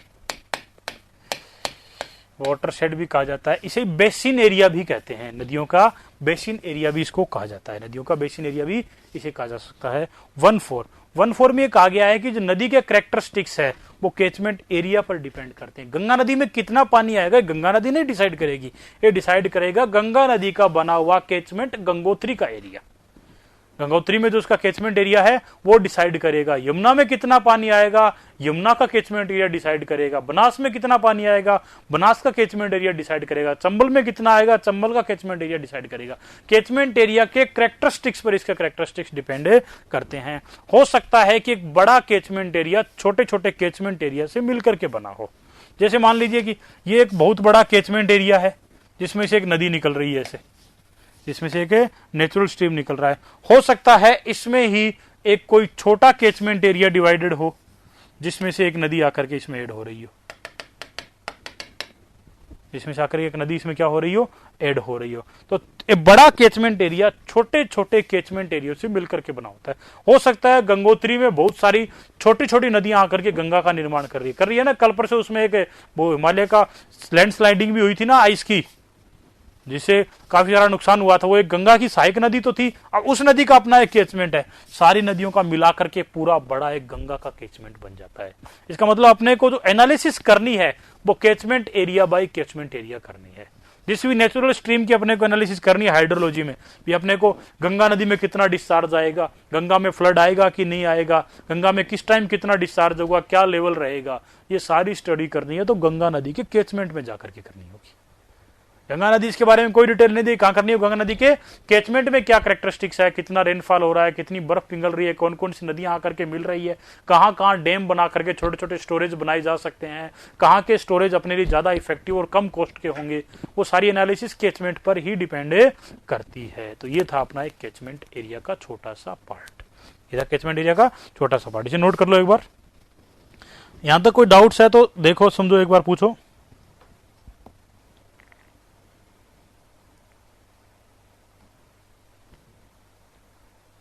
बैक चलें, ये लीजिए जी back.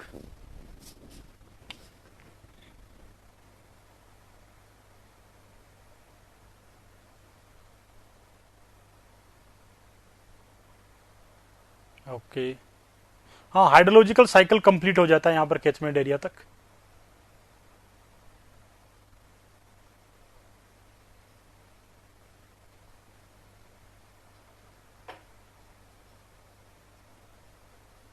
Done done done done, okay, thank you thank you,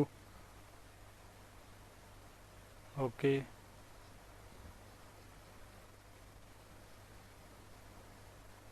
हाँ, बी ग्रेटर देन ए और सी ग्रेटर देन बी, दोनों में ही बड़ा है एलिवेशन में, तभी वाटर शेड का काम कर रहा है ये, तभी किसका काम कर रहा है ये, वाटर शेड का काम कर रहा है। नेक्स्ट ये था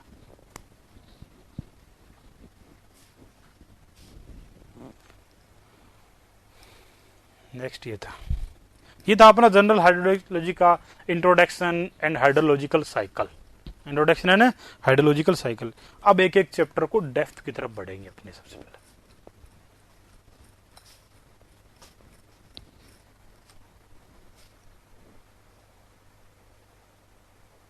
गुड गुड गुड, यहां तक हो गया सबका नोट कंप्लीट। मैं अपनी नंबरिंग एक बार चेक कर लेता हूं, कहां तक थे अपने। नंबर 9 था, तो ये अपना हो जाएगा नंबर 10 और ये हो जाएगा नंबर 11। गुड, अब इसको क्लीन कर दूं मैं, कोई प्रॉब्लम नहीं, डायग्राम मत बनाओ। बस इतनी सी बात याद रखनी है कि कोई भी बड़ा कैचमेंट अकेला नहीं होता। हर बड़ा कैचमेंट कई सारे छोटे छोटे कैचमेंट से मिलकर के बना होता है। हर बड़ा कैचमेंट कई सारे छोटे छोटे कैचमेंट से मिलकर के बना होता है। क्लियर? आपको भी दिखाई दे रहे होंगे लाइव वाले तो काफी सारे लोग। समस्या तुम लोगों की एक और भी तो है ना, तुम टाइम के पंचुअल नहीं हो। तुम टाइम के पंचुअल नहीं हो। सबको लगता है कि ये तो फ्री में मिल रहा है, ये तो एकेडमी का फंक्शन है, और ये तो अपने को जब टाइम मिलेगा उस टाइम अपने देख लेंगे। इसीलिए जब यूट्यूब पे क्लास चलती थी तो सर जस्ट उसको प्राइवेट कर देते थे। हाँ, ये बात भी कुछ हद तक बहुत सही है कि नेट का इशू रहता है बहुत सारी जगह।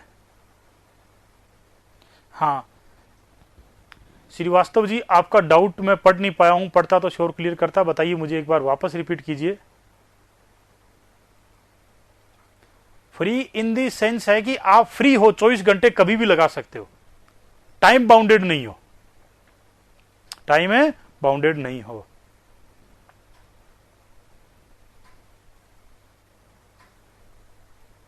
मनमोहन सिंह, ऐसी कौन सी जगह रहते हो जहां नेट की प्रॉब्लम है? मैं वेट कर रहा हूं। जो बोल रहे थे सर डाउट क्लियर कर दीजिए, बेबब का, बेबब जल्दी से रिपीट कीजिए, कौन सा डाउट था आपका? एबीसी पॉइंट एक बार डिफाइन करना था क्या? भी मान लीजिए कैचमेंट एरिया है, ये वाला कोई भी कैचमेंट एरिया है, इससे कोई ड्रेन निकल रहा है, मैं कहीं पर भी स्टडी कर रहा हूं। मान लीजिए ये कैचमेंट की बाउंड्री है, कैचमेंट का इनर है, ये आउटर है, ये बी पॉइंट था, ये ए पॉइंट था, ये सी पॉइंट था। बी पॉइंट का जो एलिवेशन है वो ए से भी अधिक होगा और बी पॉइंट का एलिवेशन सी से अधिक होगा, तभी वो बीच में हाईएस्ट वैल्यू आकर के बाउंड्री बनेगा।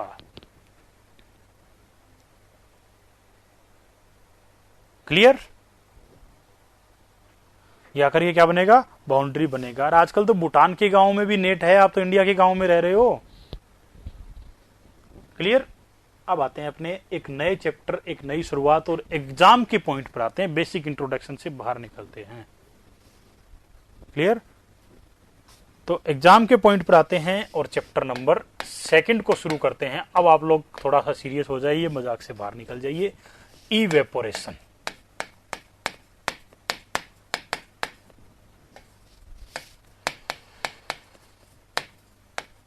वाष्पीकरण।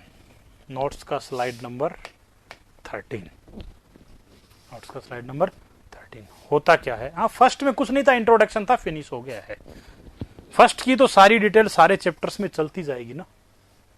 फर्स्ट की तो सारी डिटेल सारे चैप्टर्स में चलती जाएगी। सुनते जाइए एक बार इसको कि मान लीजिए कि मेरे पास एक ऐसा कोई पात्र है, एक ऐसा कोई बॉक्स है जिसमें क्या फिल है? वाटर भरा हुआ है पूरा का पूरा।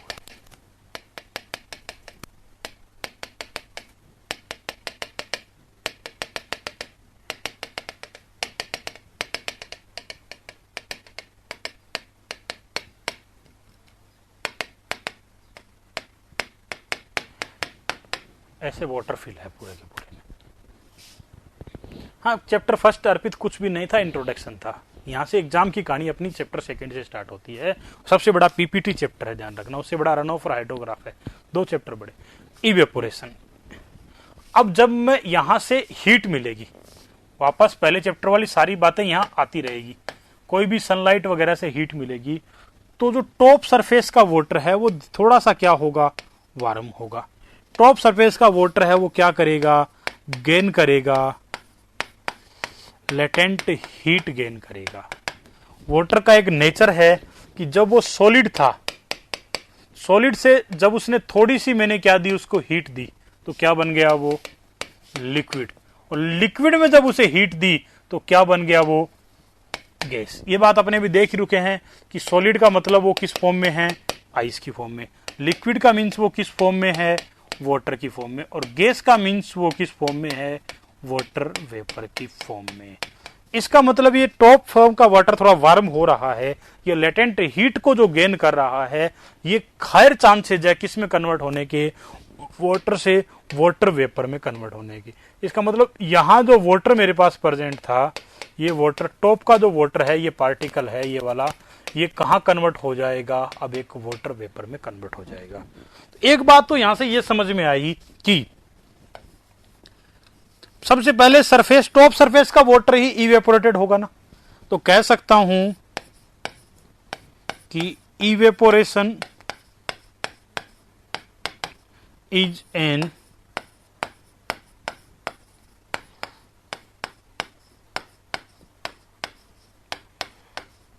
Surface phenomena. ये बात तो सब लोगों को पता चल गई होगी। हाँ, इंट्रोडक्शन इतना ही है। Evaporation is an surface phenomena, ये एक सरफेस फिनोमिना है। सबसे पहले टॉप सरफेस के वाटर पार्टिकल इवेपोरेटेड होंगे, उसके बाद वाली सरफेस, फिर उसके बाद वाली सरफेस, इस तरह चलता रहेगा। Evaporation is an surface phenomena. दूसरी बात करते हैं, in the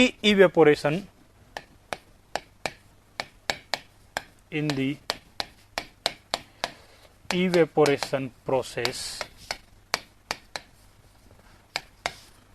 top surface water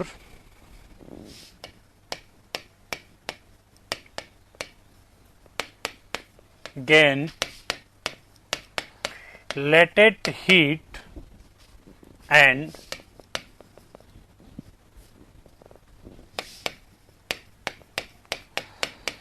convert into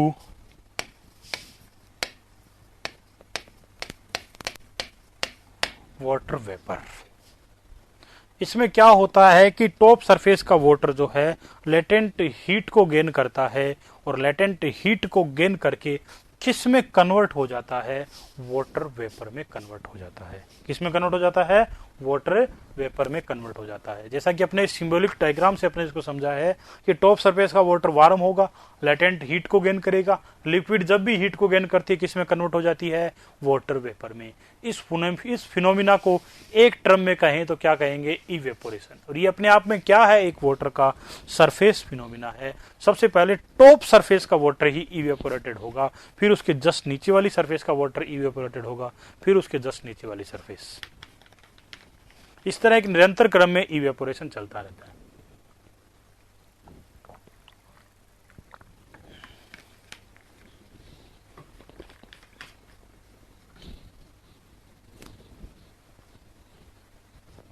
उसके बाद बात करते हैं कि वाटर वेपर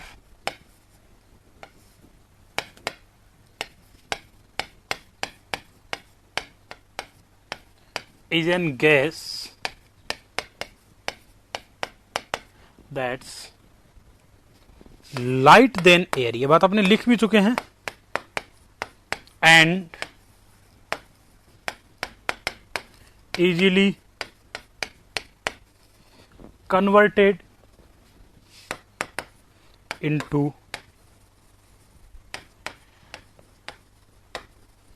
again water। ये लाइट देन एयर है, लेकिन वापस बहुत इजीली वाटर में कन्वर्ट हो जाती है। Next,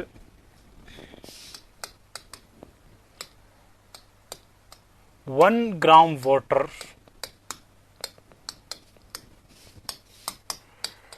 required 585 joule heat for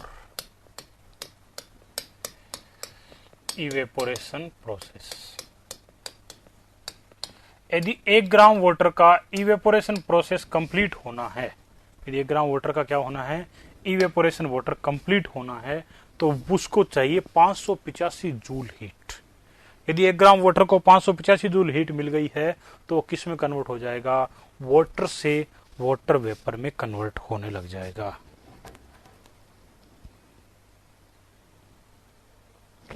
previous slide की डिमांड हो रही है। हाँ, टाइम मिलेगा लिखने का। अब यहां तक एक बार नोट कर लो इसको, कोई बात नहीं, इसको नोट कर लो। फर्स्ट स्लाइड को, 13 नंबर को आप लोग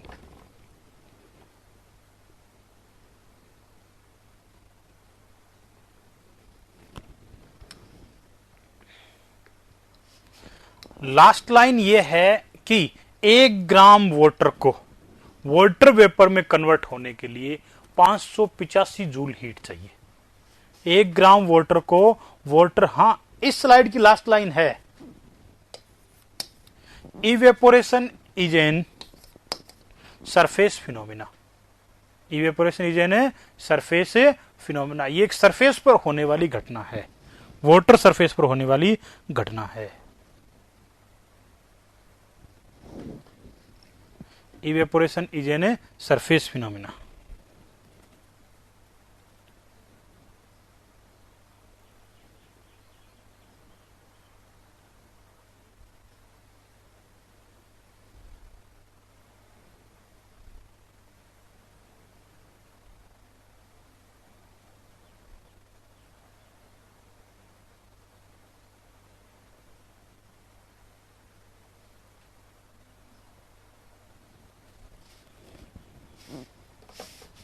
डन, नोट हो चुका है। Water vapour, water vapour, next note कर दीजिए।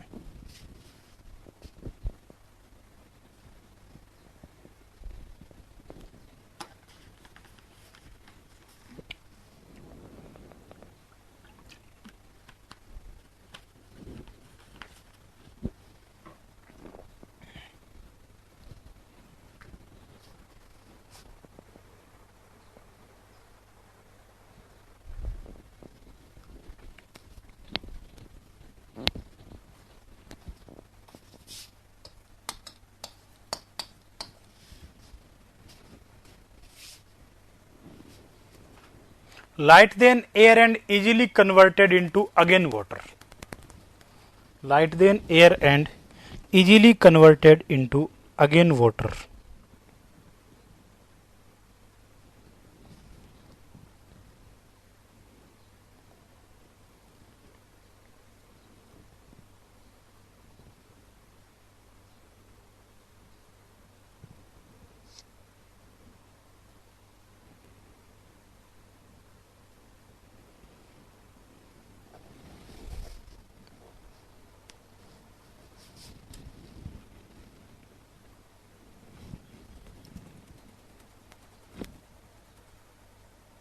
First slide for 10 second, no problem. ये लीजिए जनाब।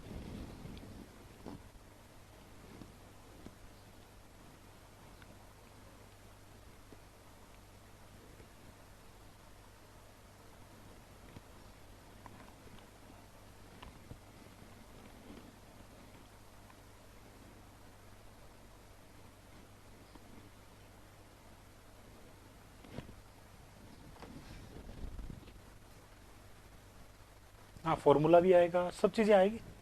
डाल्टन इक्वेशन आएगी पूरी, मेयर इक्वेशन आएगी। श्रीवास्तव, डाल्टन इक्वेशन और मेयर इक्वेशन आएगी। ये नोट कर चुके हो ना यहां तक?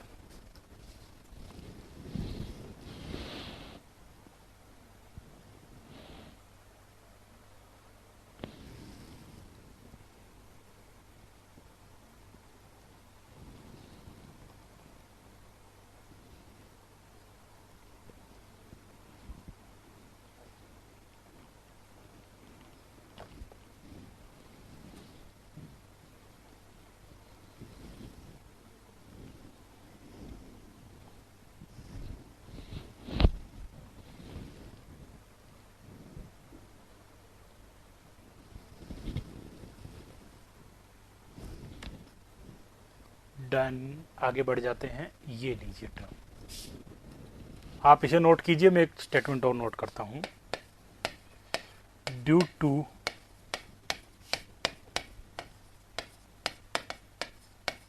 Evaporation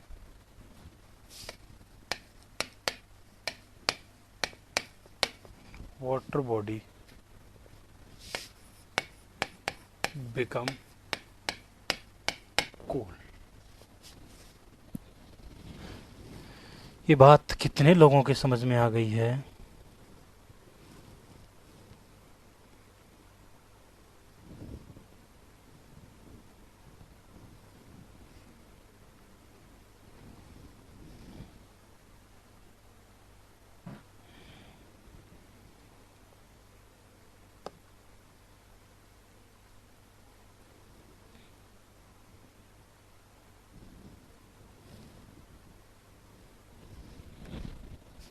done done done done done, thank you thank you thank you thank you. आगे बढ़ते हैं।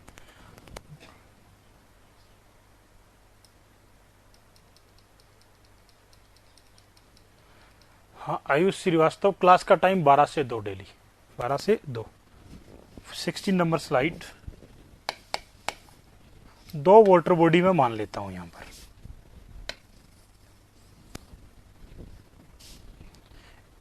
एज्यूम किया है मैंने, प्रैक्टिकली ऐसा पॉसिबल नहीं है। एक में तो वाटर बॉडी में तो क्या किया है, अलाउ कर दिया इवेपोरेशन, भी होने दो इवेपोरेशन। दूसरी बॉडी में क्या किया, not allowed evaporation, not allowed evaporation. हाँ, लास्ट लाइन को ही समझा रहा हूं दोस्त मनमोहन सिंह, लास्ट लाइन को ही अपने एक्सप्लेन कर रहा हूं मैं। लास्ट लाइन के लिए ही ये दोनों डायग्राम, दोनों वाटर बॉडी बनाई है। Is that clear? दूसरी बात करते हैं कि दोनों में इक्वल डेप्थ तक वाटर फिल है।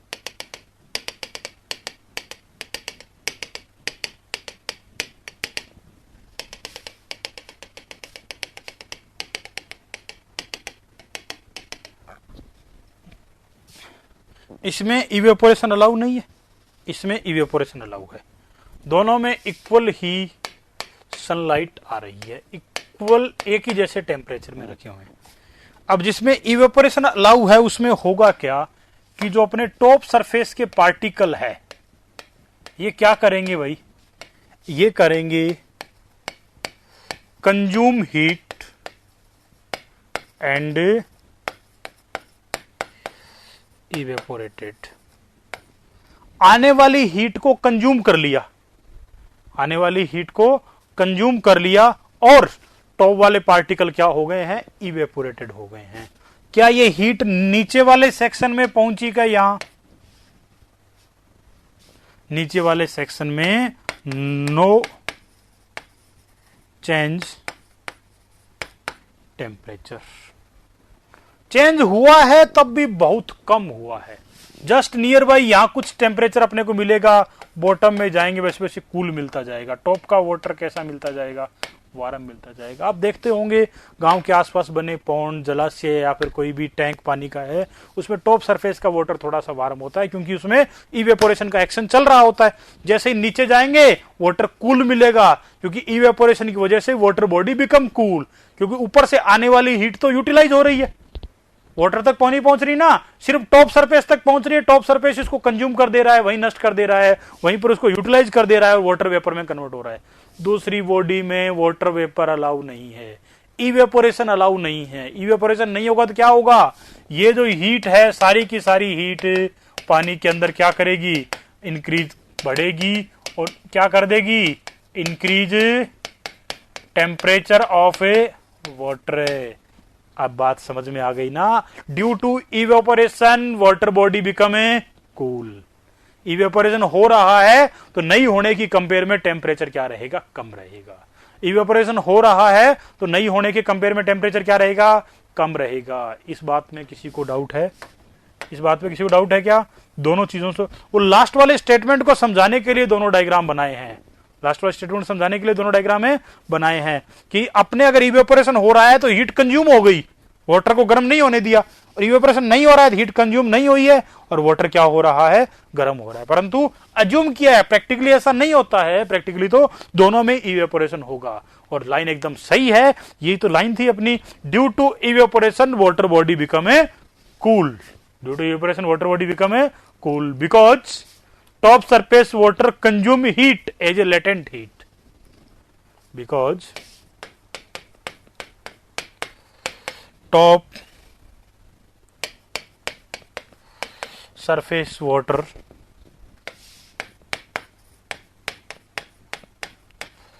consume heat as a latent heat and converted into water vapor. Converted into water vapor. घर में जो वाटर टैंक होता है उसमें इवेपोरेशन नहीं होता है क्या? होता है उसमें भी। लो जी, ये कौन सी बात हुई?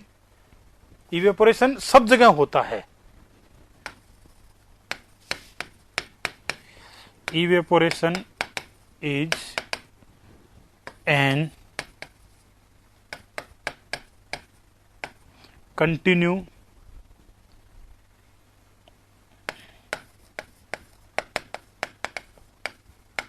Day night process. यहाँ ये लाइन जमीनी आगे कहीं नोट करनी पड़ेगी, कहाँ स्पेस मिल रहा है, यहीं पर,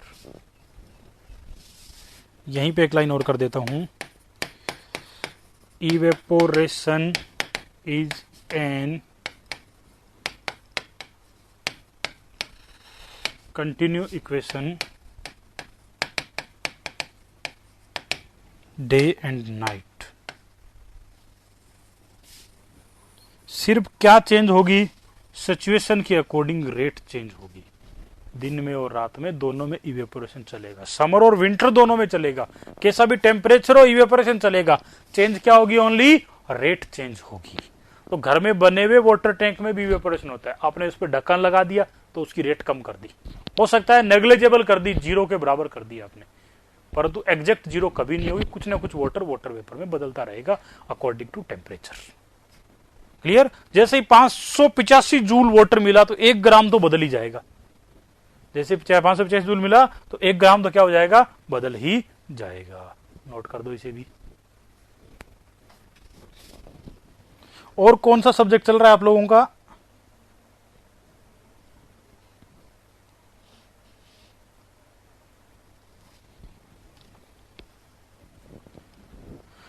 chemistry, chemistry, chemistry, irrigation finish और केमिस्ट्री चल रहा है। ओके,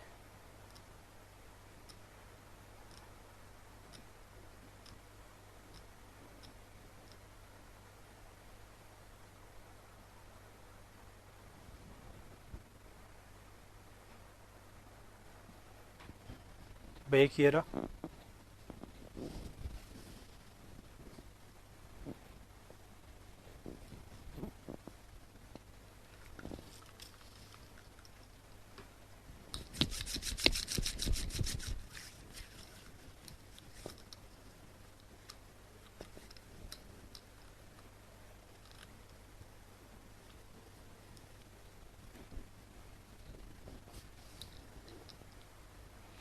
चलो,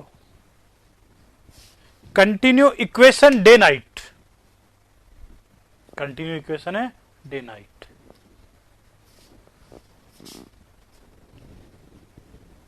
क्लियर? ये लो डायग्राम वाली स्लाइड, 16 नंबर स्लाइड है।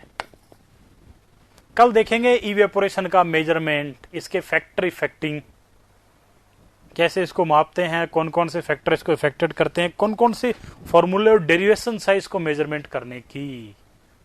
अर्पित शर्मा और सभी भी थैंक यू। कल मिलते हैं अपने। डेली अपना क्लास का टाइम 12 से 2 का रहेगा। डेली अपना क्लास क्या रहेगा? 12 से 2 का रहेगा। और अपने पूरी हाइड्रोलॉजी के 7 चैप्टर्स को कवर करेंगे। नंबर मैं आपको एक बार फिर दे देता हूं। ग्रुप में ऐड होना चाहे उनके लिए, नोट्स वगैरह चाहिए उनके लिए, प्रॉब्लम्स भेजे उनके लिए, नहीं भेजे उनके लिए भी।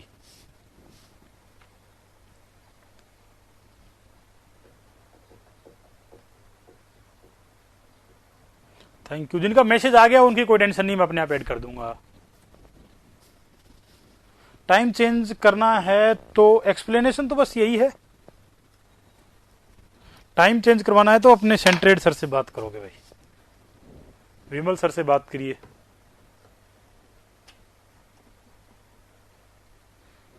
हाँ, कल से दलीप जाट अपने साथ साथ 1 बाय 1 स्लाइड नोट करेंगे। एक एक फैक्टर्स को एक साथ नोट करते चलेंगे। क्लियर? थोड़ा अच्छे से नोट करेंगे इस बोर्ड पे भी, ताकि आप स्क्रीनशॉट लेने वालों को दोबारा नोट ना करना पड़े।